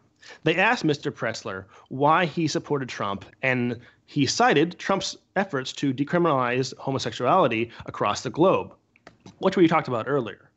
As he was making this point, one of the men yelled, "Fuck that N-word, boy." This is just one example of the tolerant left attacking people for supporting Trump. Love Trump's hate, am I right? Right? Oh, let's see. This week has seen multiple people being targeted for harassment or threats over their support for the president. Earlier on that same day, a woman logged her Twitter account after posting a video of herself harassing an elderly man in a thrift store over his Make America Great Again hat. She posted it expecting praise for harassing a random person who was doing nothing wrong. It kind of speaks to the mindset of these people who not only think that hating conservatives is okay, but they expect praise for doing it. The unfortunate result is that she didn't. Unfortunate for her, rather. Unfortunately for her, the result was that she got the very much justified backlash against her abhorrent behavior. As further reinforcement, however, that backlash will further reinforce her beliefs that conservatives are mean, which is unfortunate. She'll feel unjustly harassed rather than seeing what she did as wrong, and this will probably further justify what she believes in her own mind. She won't see that people getting angry at her attacking someone randomly was wrong. Instead, she'll think, "Oh, this just reinforces that conservatives are evil." So. Yeah, for people who like internet mobs attacking people for doing like wrong things, what they feel is wrong, they're surprised when they get criticism for actually doing immoral stuff. Yeah. It's just harassment when it's done to them. Right. When they harass others, it's justified. Earlier this week, a couple had a gun pulled on them while shopping at Sam's Club because they were also wearing MAGA hats. These are not isolated incidences. They are not rare. Leftist activists routinely attack and harass people for supporting Trump. It's also not a mystery why they do this. The left-wing media and politicians demonize Trump supporters and justify violence against them. Yeah, Maxine Waters told her supporters to find Trump officials and harass them in public. and they did. Wait a second. Left-winger- Wait a second. Just let me jump in here real quick. We're reporting that someone had a gun pulled on them just because they were wearing a MAGA hat. Yes. Mm-hmm. That's a thing. That's a Yes. thing that happened. Yes. Yes. Fuck's sake, dude. That's crazy. That is insane. We live in a society. Like I've heard of cases where people like get shoved around or shit talked to them or shouted at them or shit thrown at them, but like a gun pulled. Wow. Well, look at the male feminist who did that at a school not too long ago. Mm-hmm. But that was a slightly different situation. But yeah, still. Yeah. Are you fucking kidding me? Over a hat? I mean, should we really be surprised that they'll go up to some random person who has short hair and say, "Are you proud?" And then when they are confused by the question, to start beating him up. Yeah, the that did leftists happen. Are you a leftists are proud boy? violent. Are you a proud Yeah. boy? They didn't know what the Proud Boys were. Yeah, or that one guy who was actually a left-wing protester as well, but he wore the wrong clothing. I think he had an American flag. So his fellow Antifa guy started beating him up. What? Gave him I remember that. a head injury. Yeah. I mean, there's countless stories of them attacking random people on the street. There was one video of counter-protesters calling a dude a Nazi who was just walking by, and he's like, you call him a skinhead, a Nazi. He's like, first off, I have a medical condition, so that's why I have no hair. Right. He's a superhero. He trained too hard. Exactly. And then all his hair fell out. Left-wing university professors have led by example by bashing people over the head with bike locks or leading mobs to assault people, and like the leader of BAM. The media is complicit in justifying the violence, like Don Lemon saying that Antifa's violence is not the same morally as the violence that they claim to be opposing. The left has been guilty of repeatedly reporting lies and fake news to convince people that Trump is not the rightly elected president and that he and his supporters are anti-gay, anti-black, anti-immigrant, and many other things that are simply not true. And even if they go back and retract those stories later on, most of the people that they've convinced will not see those retractions and will continue believing those lies. And that's what has encouraged a lot of people to become violent. It is the left-wing media that attempted to destroy the lives of the Covington kids based on a lie because it fit their narratives. It is members of the left that are faking hate crimes to further their narrative, to justify the hatred of conservatives. Hate crime hoaxes are on the rise. The most recent case was Jussie Smollett, who is now facing federal prison time for sending himself a threatening letter with Tylenol powder, a fake terrorist-style chemical attack. When the letter didn't garner him enough media attention and victim points, he paid two men $3,500 to fake a racist attack against him and claimed that Trump supporters were to blame. Apparently that's the going rate for a hate crime hoax. $3,500. Well, cheaper than a hitman. I guess so. It's about half the price, actually. The media jumped on this story, claiming it showed that conservatives and Trump were racist and homophobic. People on the left that believe these lies are being convinced that they are under attack and feel justified in attacking people who have done nothing and would have done nothing to them.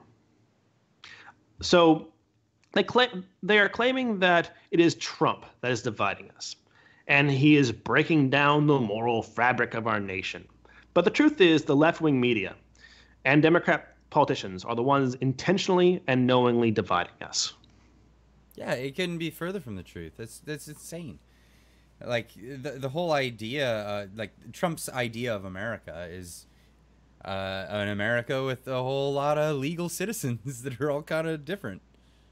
That's it, right? It doesn't. Yeah. It's not any more complicated than that. Like it really isn't. Yeah. Like I know, I get the whole melting pot, and there's all kinds of diversity and whatever. Whatever. Who cares? Who cares? Like all that really means is good food where you go, wherever you go. Yeah. It doesn't make any difference to me. But like, the whole divisiveness that's really coming from the left, saying like, oh, intersectionality is divisive in its origin, right? The whole idea of, well, you know, you're only allowed to step up to the plate and talk about your problems if you fall under these categories. It's like, well, what if? Who cares about the categories? Individuals have individual circumstances that don't maybe fall into your criteria, but people are all individuals, and we should really base our society around that, right?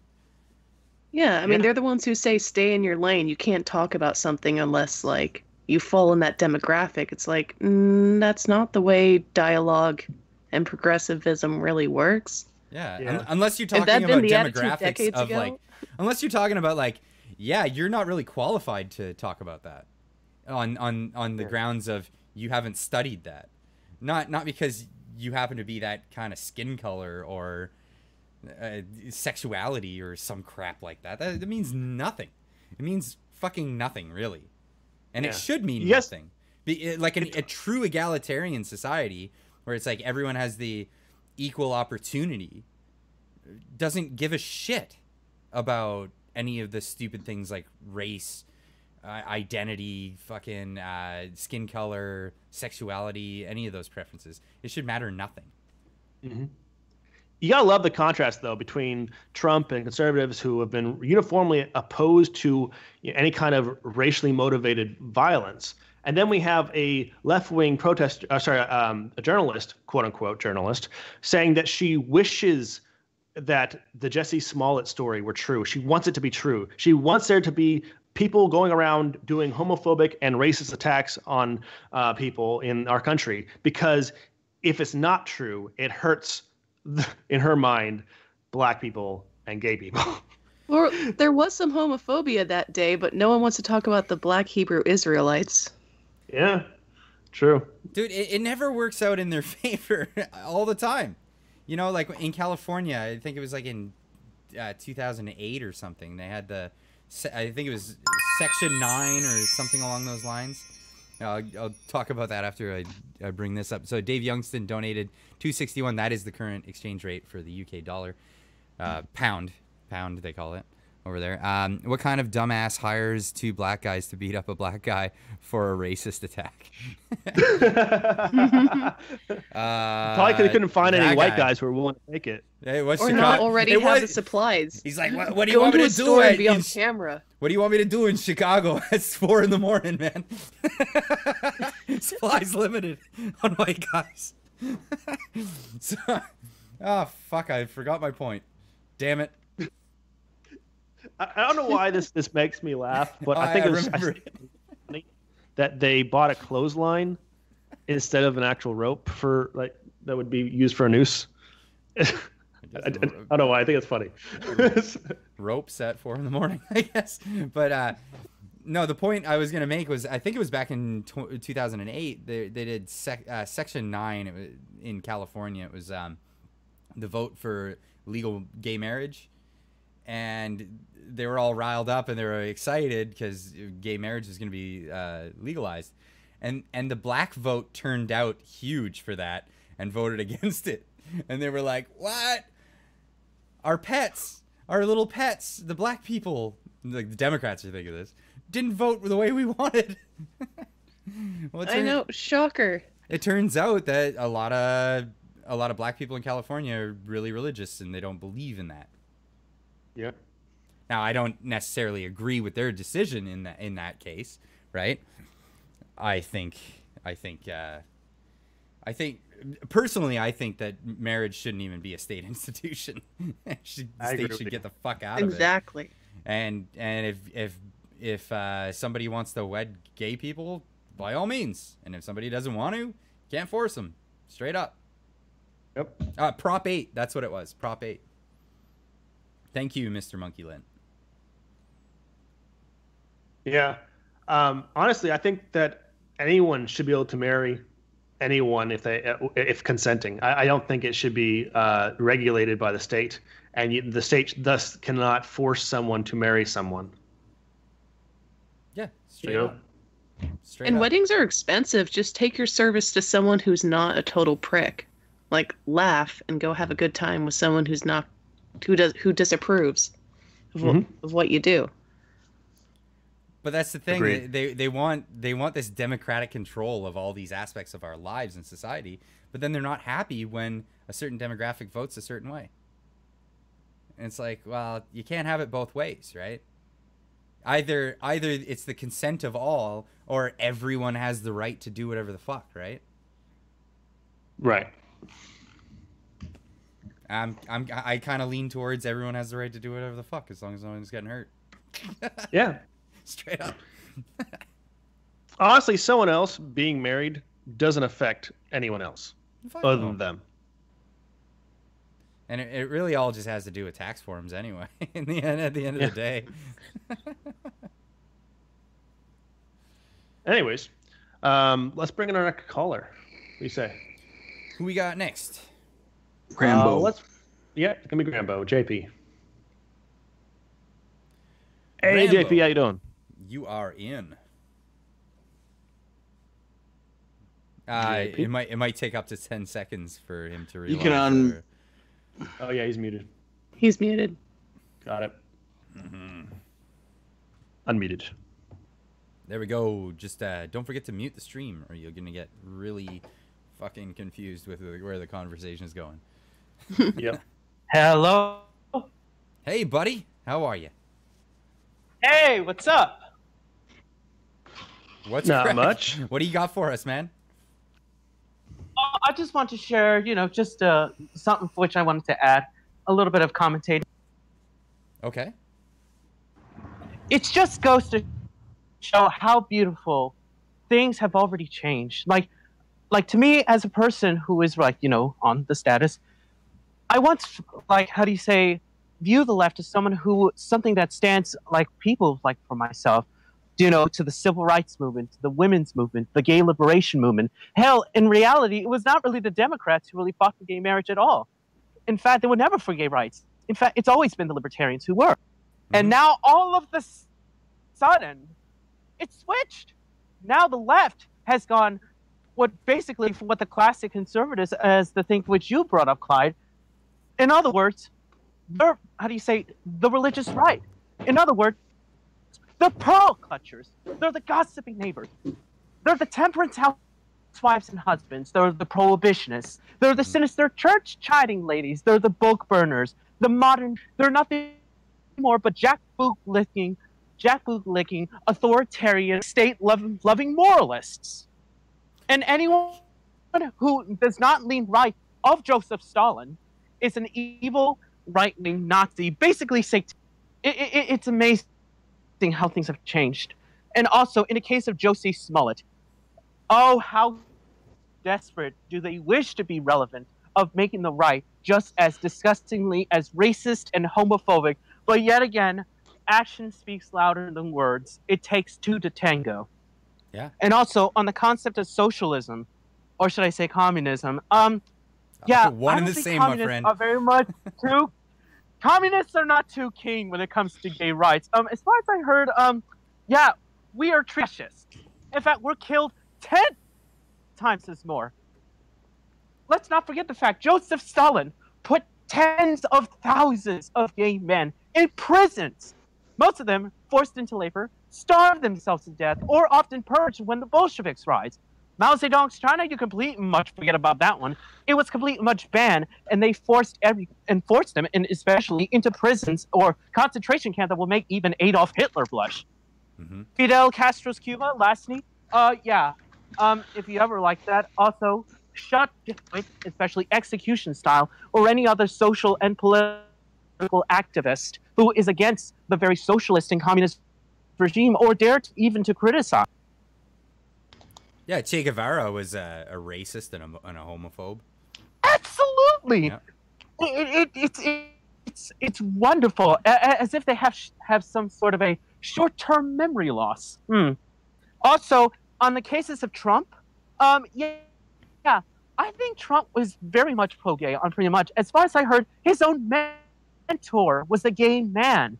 And for him to spread this movement of wishing to decriminalize globally of homosexuality, I just sense, I just kind of rejoice a little bit, because he was the first one to send in money during the time of the AIDS crisis in the 80s to, money to the men's health crisis. And also, he was kind of pro-gay. He was kind of pretty much pro-gay, especially during the 90s. That commercial with Rudy Giuliani in drag, and I'm not kidding. Yes, that was true. That was true. Look it up. Look it up. Rudy Giuliani in freaking drag, and he just kissed him on the lips, and people say, "Oh, Donald Trump is part of the global homo mafia." Oh, please, calm yourself. And yes, the left calls him a homophobe and a racist and a sexist, even though even Reverend Jesse Jackson praised Donald Trump for his help of rebuilding the black community. Where is that? Where's the left's JP, praise? Pump the brakes. JP did. Pump the brakes. Pump the brakes. Funny, though. We need you on the show more often, my friend. Yeah, you're great filling time. I'll be honest with you. Thank you. Thank you. The funny thing is that Trump actually got the entire Republican committee to clap for him and praise the LGBT, right? The flag on the stage. He actually had him, clapping for lesbian, gay rights. JP, don't interrupt. He was always for gay rights. JP. I'm sorry for the interruption. I'm sorry. You drove your point home. It's the horse is dead. Show some mercy, JP. It's dead already. Oh man, he's passionate. But no, thank you for bringing your passion up, and we completely agree with you. I don't think I have a whole lot more to add. I think we covered all our bases, man. Impressive. You summed it up, man. Yeah. Okay. Oh yeah. I'm gonna thank you very much for coming on. One last thing to you're say. definitely invited. Okay, one last thing he said. JP. He's got one last thing to say. Yep. Yeah. Also, to the regressive left, fuck you. You were never for me, and you never have been. Fuck off. Hail to the God Emperor. I hope he wins 2020. Fuck you, you socialistic, church-chiding Puritans. You heard it here, folks. Thank you. This message has been approved by Dire Wolf Media. Oh, fucking thank you, man. That was brilliant. He needs to come on more often. That was so good. That was so good. Thank you. Thank you, Grambo, man. That was... Hey, let's bring Daychrist in real quick. You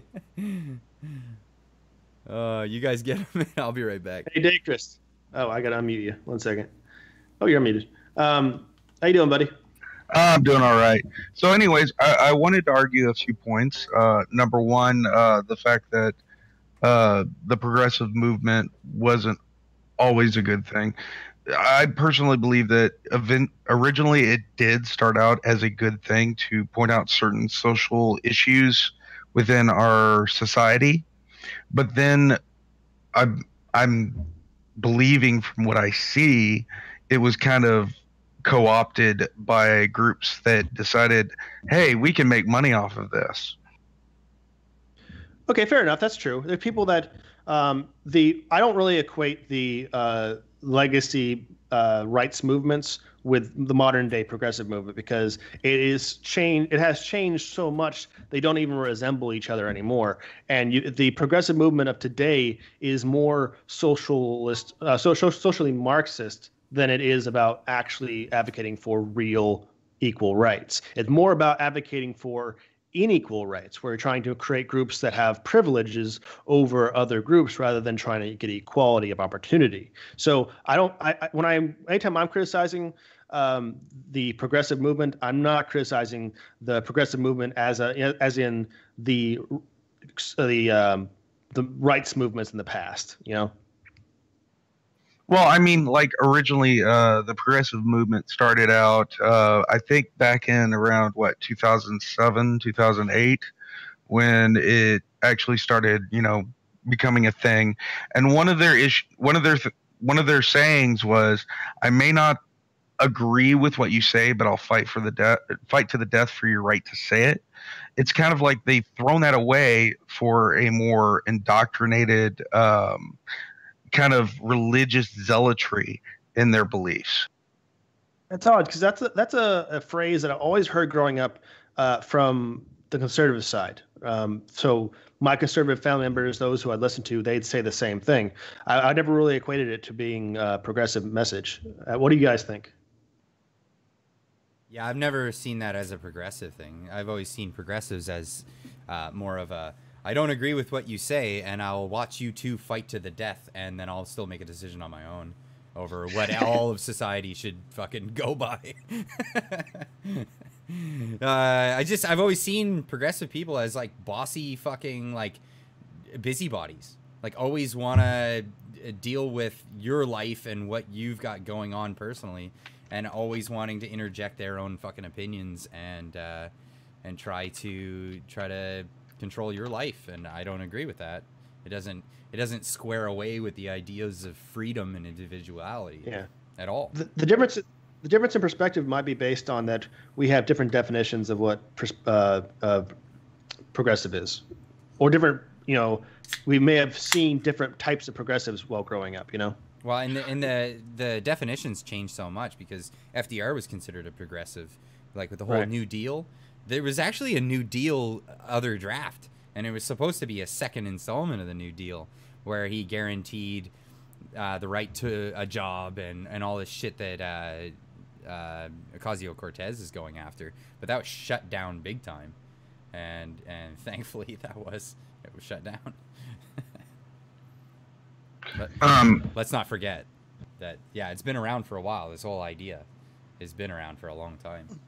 Slowly trying to push in. If I may, the difference between there's actually kind of a difference.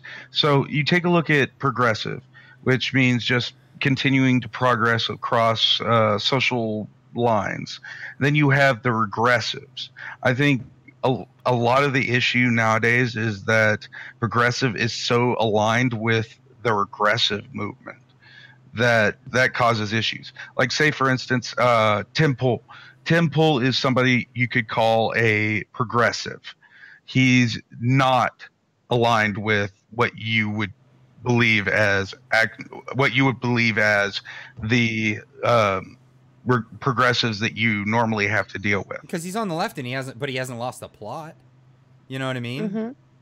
Like he believes that healthcare should be a right. I saw him advocating that, but he said not in the way that the people are suggesting it. I disagree with him. I haven't heard him like really elaborate his point, but just on principle, I disagree with that position. But I'm willing to have this conversation with someone like Tim Pool. You know what I mean? Yeah, and personally, I would love to. I don't know if y'all have reached out to Tim to try and do an interview, but I think that would be an interesting interview, to be honest. Oh, I think it would be fantastic. I think Vince, you've reached out to Tim Pool. Yep. Yeah. I mean, he's a busy dude, right? He's a reporter himself, so he's reporting the news, and then I don't know if he has time for stuff like this. If he ever did, that would be fantastic.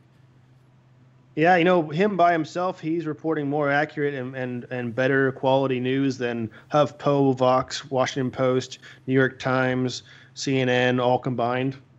Mm-hmm. Why do you think they're so salty, independent journalists and creators? Like, and his budget is like almost nothing, where their budget is millions of dollars. Pretty funny.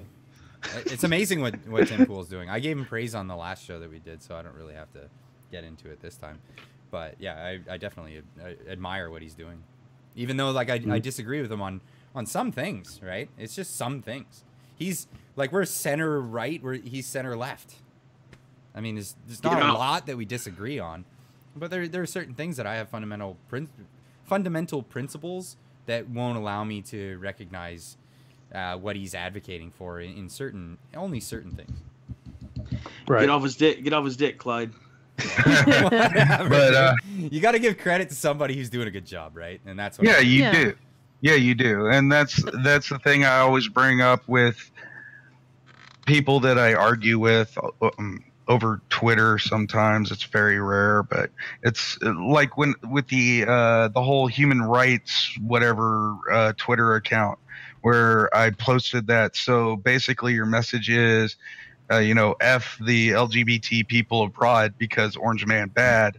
I had one person go into depth about, well, we can't be, sitting there and believing that, he's going to do the right thing. We need to question his motives. And I'm sitting there going, so if somebody came to you, say, with the cure for cancer, but he had been horrible against, cancer patients in the past, would you throw away that cure for cancer and basically dismiss this person because of the fact that things that they had done in the past? And it was a question targeted more at the idea of redemption than anything else.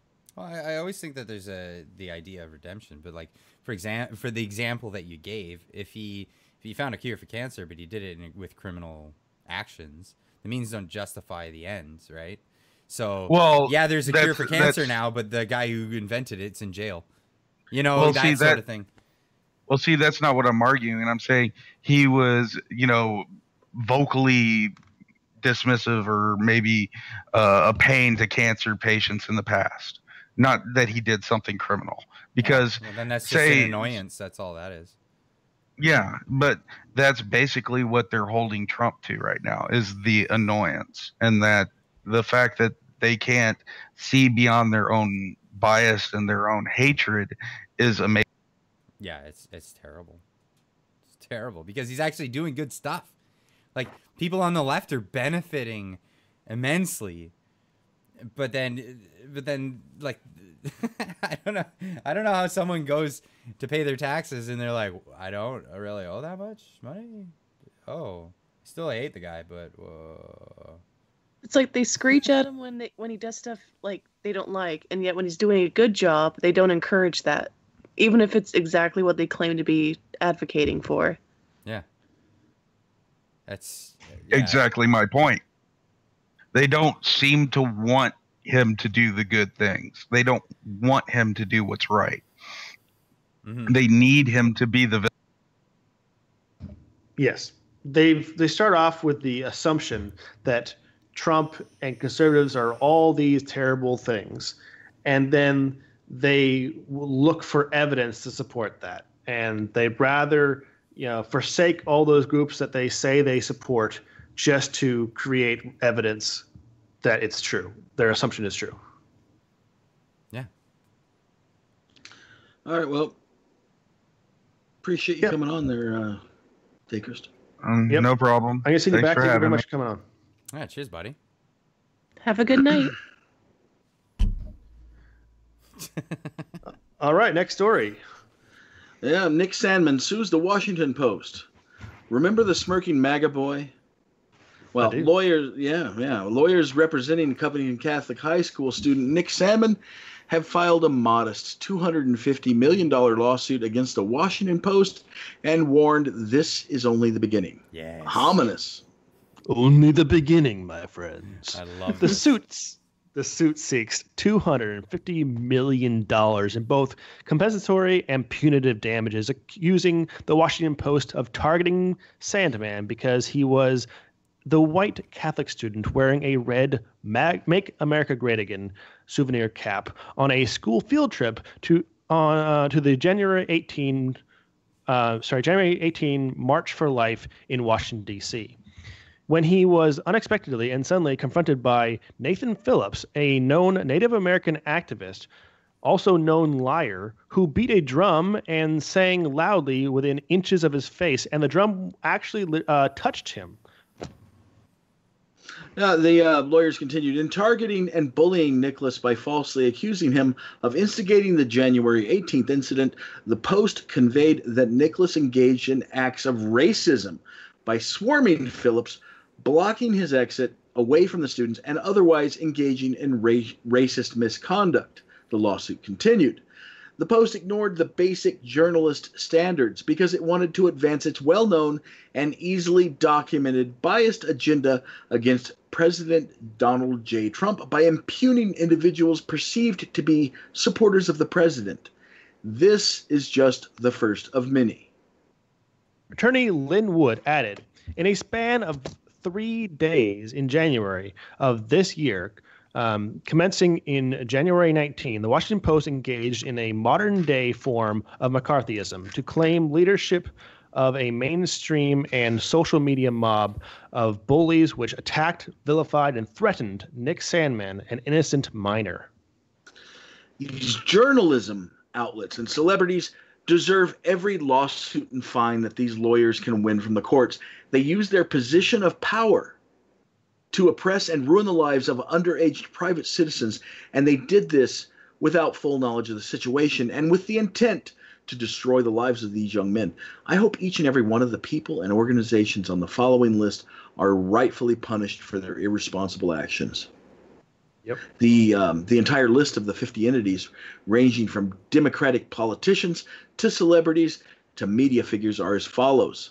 The Washington Post, starting off with a bang. The New York Times, CNN, The Guardian, National Public Radio, TMZ, Atlantic Media, Capitol Hill Publishing, the Diocese of Covington, Diocese of Lexington, the Archdiocese of Louisville, Diocese of Baltimore, Annika Bear from CNN, Sarah Sidner from CNN, Aaron Burnett from CNN, S.E. Cupp from CNN. Wow, the CNN was just piling on him. Elliot C. McLaughlin from CNN, Amanda Watts from CNN, Emanuela Grinberg from CNN. Then the following are from the Washington Post: Michelle Bornstein, Clay Wootson, Antonio Olivio, John Heim, Michael E. Miller, Eli Rosenberg, Isaac Stanley Becker, Christine Phillips. These are from the New York Times. Sarah Mervosh, Emily S. Rube, Maggie Haberman, David Brooks. Following, I guess, are independents. Shannon Doyne, the hentai-loving tentacle porn enthusiast Kurt Eichenwald, Andrea Mitchell from NBC, Savannah Guthrie, also from NBC, Joy Reid, Chuck Todd, both from NBC, Noah Berlatsky, Elisha Fieldstadt, some unpronounceable Asian name at the moment. They're getting HBO, Bill Maher, Warner Media, Condé Nast, GQ, Heavy.com, The Hill, The Atlantic, Bustle, Ilan Omar, Elizabeth Warren, Kathy Griffin, Alyssa Milano, and Jim Carrey. Yes, and I want to point out that the first suit, the first suit for the Washington Post was for the actual market value of the entire organization, which is $250 million. So I guess we should congratulate Sandman on now soon to be owning the Washington Post. I hope he wins. Yeah, well, I think he will. It's a pretty open shut case. The standard for the case is only that they lied about him, not that they had like ill will. Yeah, that doesn't guarantee you what you're after, though. Yeah, so it guarantees you a win pretty well, but it doesn't guarantee you the damages that you're seeking. Oh, of course not. Of course not. But well, didn't the lawyer also give like all these organizations a week to like retract their stories and issue apologies as well? It was all reasonable. It was all reasonable. He told them all to also retain all evidence, though. But if this is the standard they're going to set, then it sounds like he might go for the value of all these companies and these people. And he has a pretty good argument for why there should be compensatory damages that are very high, because think about the state of this kid, who's been mentally scarred by he had no public life, not used to having a thick skin with people calling for your death.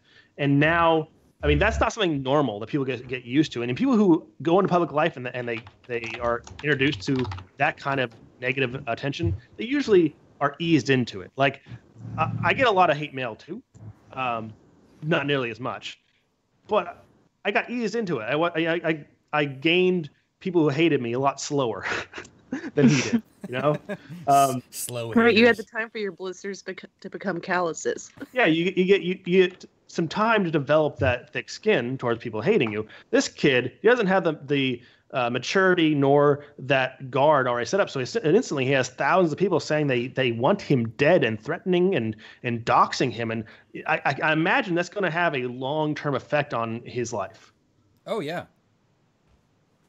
Definitely. Yeah, there's people even contacting local colleges, like saying, "Hey, do you know who this guy is? He's a horrible racist." Yep. I hope this kid gets every penny. Mm-hmm. Absolutely. But I hope it goes. I hope well. it goes to court because I would like to see a precedent set. It'd be nice. I mean, I think they should be named and shamed. They're the ones that put their names out there with they were volunteered their names when they were spreading the lies about the kid. They Exactly. should be, they need to be. You need to keep an eye out for these people. So. I agree. Yup. All right then. Shame. I agree. With you. With you. We need that as one of the sound effects. Like, you can play that on the board. Like, I agree with that. Yep. I want to get a soundbite of Dyer saying, "I prefer slow hate." What, slow hate? It's a lot of hate all at once. I can deal with it because I get the slow hate. I get the slow hate. I prefer the slow hate. I prefer the slow hate. I prefer hate cooked at a slowly or at a low temperature. Yeah, it makes that hate delectable, moist and tender. Moist and tender hate. The hate kind of falls off. The kind of hate that just dissolves in your mouth. Hate with a honey glaze and a little bit of habanero. I like the marinade. Sweet and spicy. And a little bit of Guinness.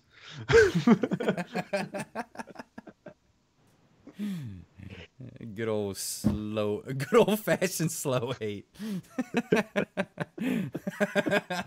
Oh my God, what has this devolved into? I'll let the two of you guys handle the next story. Well, we're about 5 minutes from 2 hour mark, so. We can do the last story though. It's such an important story. It's a got good one. Wide range consequences on a society.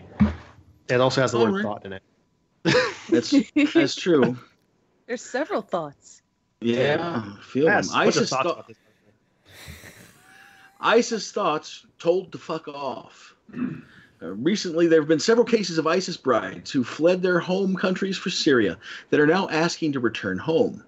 2 women from Alabama and Alberta, Canada, came forward after British teenager Shamima Begum asked to return to London before giving birth to her son. All these women moved to Syria to become ISIS thoughts, women married to jihadi fighters whose goal was to raise a new generation of ISIS-supporting children. Begum, who was 19, fled to ISIS 4 years after leaving her home in London to join the extremist group. Hoda Muthana? I don't think I'm saying that right. Good enough. There's no good way to pronounce that kind of shit. From Alabama, then came forward to ask for forgiveness in hopes of returning to the U.S. On Sunday, denied. On Sunday, a woman only identified as Amy, who had moved to Syria from Canada with her ISIS-supporting husband, requested to return home to Alberta. Begum said she wants to return to the UK to protect her newborn son, and because she believed ISIS, quote, might not survive after all. Thankfully, UK officials have since told her that her citizenship is revoked and that she cannot return. That's not a good excuse. Oh, I want to come home because the terrorist group I was supporting didn't win. See, nothing to worry about, like the tortures and the murders and stuff. It's my team's losing. Yeah, it's not that my beliefs. It's not that I changed my perspective, that my beliefs were wrong, immoral, or even evil. It wasn't that I had a problem with them going out and killing innocent people in their own country and as also fighting my own countrymen. It wasn't that they are fighting for a backwards way of life that treats women and anyone who's homosexual as, women as property and homosexuals by killing them. It doesn't matter that they are trying to rule the world under a single religious government. No, none of those things are a problem. All the murder, all the torture, all the setting people on fire in cages, that was fine. The problem is that, they lost. Yeah, and she was married to a few of them. It's not like she just married one of them and oops, I made a mistake. I was in love. No. She married a few of them. Once the first one died, she married another one. The second one died, she married another one. And 2 of her kids died from illness. And now that she's in a refugee camp in Syria, she's like, this doesn't look like a good prospect for me anymore. Let's go home. None of that other stuff raised a red flag in her brain. We've got a Streamlabs donation from Dave Youngston for $2.61. That is the current exchange rate. No citizenship for you. Do not pass go. Do not collect 200 pounds. Yeah, Piers Morgan's actually the one that told her to fuck right off. He said she can stay in Syria and burn in hell, which is pretty strong words coming from that guy. And kind of redundant too. Yeah. It's refreshing that the UK's responded to this appropriately. These women were not innocents that fell in with the wrong crowd. They were effectively radicalized terrorists themselves. If you do a bit of research, you can find pictures of ISIS thoughts performing beheadings. There's no such thing as a stay-at-home ISIS thought. And we've got, I'm going to butcher this one. His name, what is that? Michael Bean, I guess? Donated $2. Bien. That's the good Michael. Leftists, oh shit. it's the no fun police. Run, fool, run. P.S. I caught your stream live today. Yeah. Cheers, buddy. Nice. Thanks for the donation. Appreciate it. Right. Like, these women were not non-combatants. Even if their roles were limited to support only, they were supporting murdering savages. They were trying to give birth to the spawn of these monsters and raise them under the same ideology that created this in the first place. They were literally sleeping and procreating with the enemy. More than that, though, they try to claim that they're just housewives hoping to take advantage of Western ignorance of jihadis. In these cultures, there are no non-combatants. Women and children are warriors and suicide bombers, too. They train even young children how to use a rifle. Yeah, you remember that compound in New Mexico? Mm-hmm. Training their kids. If you focus too closely on the stories of these women like the mainstream media has, you may be missing the forest for the trees. It's not a coincidence now that ISIS has been nearly defeated that these women are suddenly asking for forgiveness and to come home at the same time. Dude, just looking at all these cases together, it's easy to see that this is a coordinated action. These women are still radicalized and will still look to spread violence and their ideology, either directly or indirectly. At the very least, if allowed to return, they will raise their children to believe in the same warped worldview that their disgusting fathers had. These women shouldn't be allowed to return to the privilege and luxury of the Western world. They should be left in the caring hands of the shithole Islamic countries that they betrayed their own nations for. They made their bed. Fucking men, dude. A fucking men. Yeah, you shit the bed, now you gotta fucking lay in it. Oh my god, I have no sympathy for these broads. Like, not only did they want to go over and be terrorists, but they wanted to make more while they were at it. Yep, now they want to bring their little devil spawn home with them too. Forget it. Like, people who want to use some of these gals' ages as oh, they were young, they were just swayed. I'm like, when you're a teenager, you get caught like smoking pot or shoplifting, or you wreck the family car. You don't become a murderer and a terrorist. That's not a oopsie. I was in a rebellious phase for a while. Yeah. Little Susie, she got out of hand today. She went out and stabbed somebody to death. Kids will just do the darndest things. She went out and burnt. She went down and threw a few homosexuals off the roof with her friends, and then went and burned a church. Kids, what are you gonna do? Kids will be kids. What are you gonna do, kids? Kids. Who didn't do that when they were a kid, you know? Ah, shucks. Fuck's sake. No. Stay in your shithole. I'm sorry. I'm sorry it didn't work out for you. But no, you're not. No, I'm not sorry. I'm not. It's a figure of speech. Canadians always say sorry. No, none of them mean it.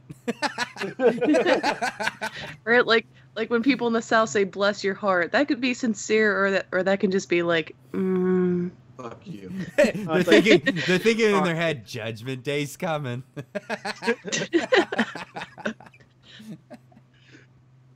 Right, yeah, these women should not be allowed to... Oh, they already read that part. Oops. The mainstream media will portray them as innocent teens that were brainwashed and seduced by the allure of becoming the wife of a cold-blooded murderer. These thoughts were adults when they made their choice. If you offer them forgiveness, you will be inviting a viper to share your bed. And everybody knows not to boop the snoot of a danger noodle. You'll get the hurt Or else juice. you get the hurt juice. Yep. Ooh, what's a danger noodle, Vince? Oh, I'm glad you asked. Clyde, why don't you play that video I gave you earlier? Smooth. This is a snack. If you're afraid of snacks, then it's a nope rope. Like if you go to the bathroom and you see this, nope rope. And if a nope rope has poisonous venom, then it's a danger noodle, like the shake snake and the cobra. Do not boop, or you will get the hurt juice. But if you love the snacks, then it's a boop noodle. Look at that cute snoot. Deserves a boop. Snacks also have peepers, noodle necks, smelly flickers, and nom nom seekers. Those are for finding cheese boys. Other names for nope ropes are slippery tube dudes, hazard spaghetti, spicy noodles, caution ramen, and murder spagurter. Whatever you call them, just remember, no step on snack. There are many kinds of snacks, like Big Thick Boy, Slim Boy, also known as the Judgmental Shoelace, Original Snack, Uggo But Still Levo Snack, and Screaming Worm Boy. And can't forget the lovely Noodle Ball. Look at that little pupper face.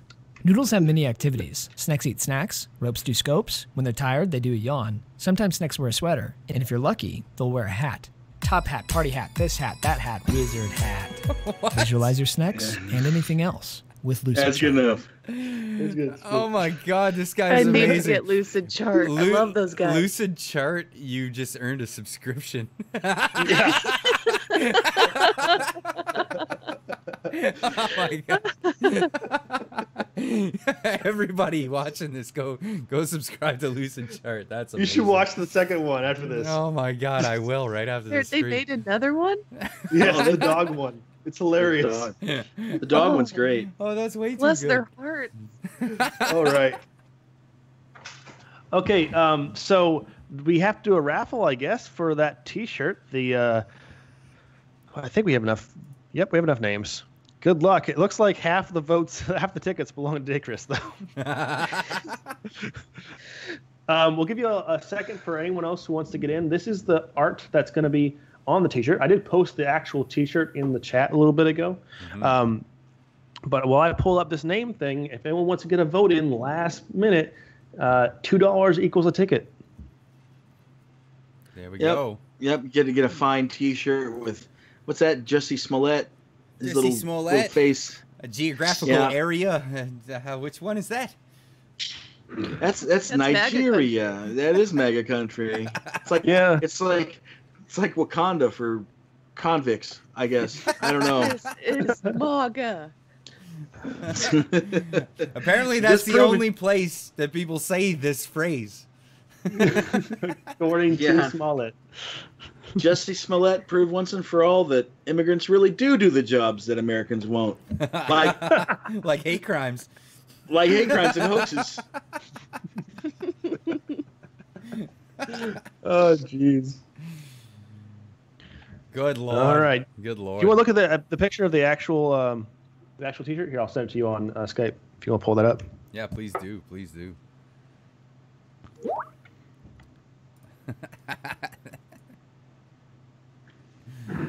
I get to see it first, and it's comes beautiful. 17 colors.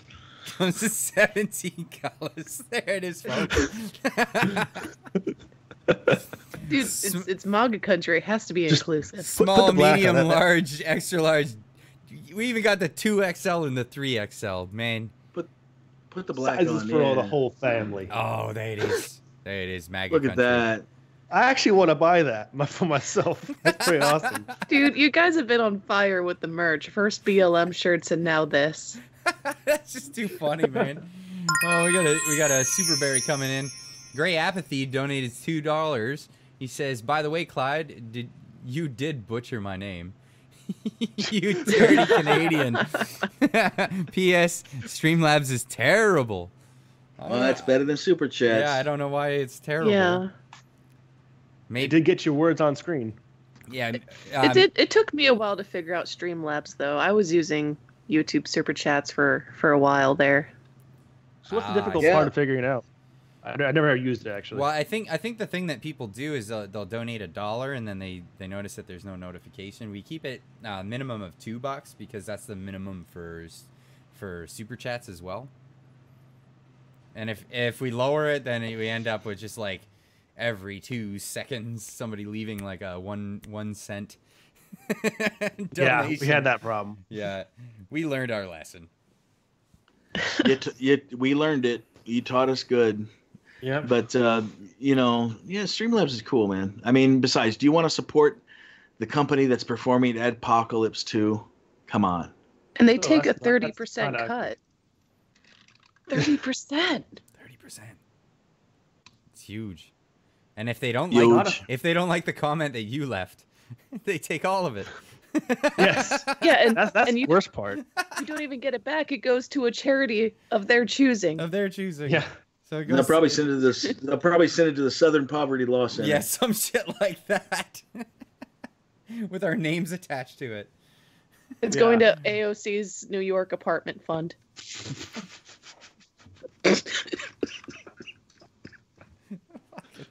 Goes to the Bernie Sanders campaign. Give me more money so I can get into government and take all your money. Hey, you got to look at AOC, and she really got promoted, didn't she? She was going from being a bartender, making, not very much, maybe what, like 50, 60K a year, to now being a congresswoman, making over 100. It's a pretty big in promotion. You know what? I wonder how much of the tips that she actually got she declared. That makes me fucking wonder. Yeah, makes me wonder. Because it's notorious that people that work in the service industry do not claim all their tips. Because who's keeping track of it? You. The government has no way of knowing unless you're honest about it. And she doesn't seem very honest or have the ability to do math. Right. And she seems a little greedy. If you ask me. Yeah. All right. Well, I'm going to take that as meaning that no one else is going to be submitting any more money for the tickets. So let's do the drum roll, please. Mm-hmm.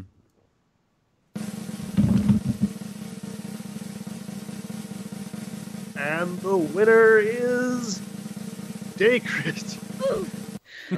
Surprise. Surprise, surprise. If there was a physical location, just give the keys to the store. Yeah, might as well send everything to Daycrit because he keeps donating so much. Yeah, he says for 261, the usual exchange rate, current going exchange rate, you are the charity we are choosing to support. So thank you. Because it's a voluntary thing. And we're all for voluntary transactions. We would never try to come at you with guns and take your money unwillingly. We need to redistribute your wealth to Direwolf Media by force. We know how to spend your money better than you do. Yeah, jeez. That drives me up the freaking wall. Hey, so I got this idea. You know those people that are really good with voluntary transactions and do a great job in the open market? We think that we should take their money away from them because we know how to do stuff with their money better than they do. Right? You feel me? Sounds good to me. Like me, the guy in government that's never been able to hold a steady jab. Yeah. You got to calm you, Yeah, give me all your money. All right. Dave Youngston, your name is on the list for next show. Sorry we didn't get you on this time. But Daycrit kind of had the ballot box stuffed. Anyways, thank you all for coming. Any included shots, guys? I'm good, man. I am good. Nope. All right. We'll see you guys on Saturday for the weekly news recap. Direwolf out. Boobies!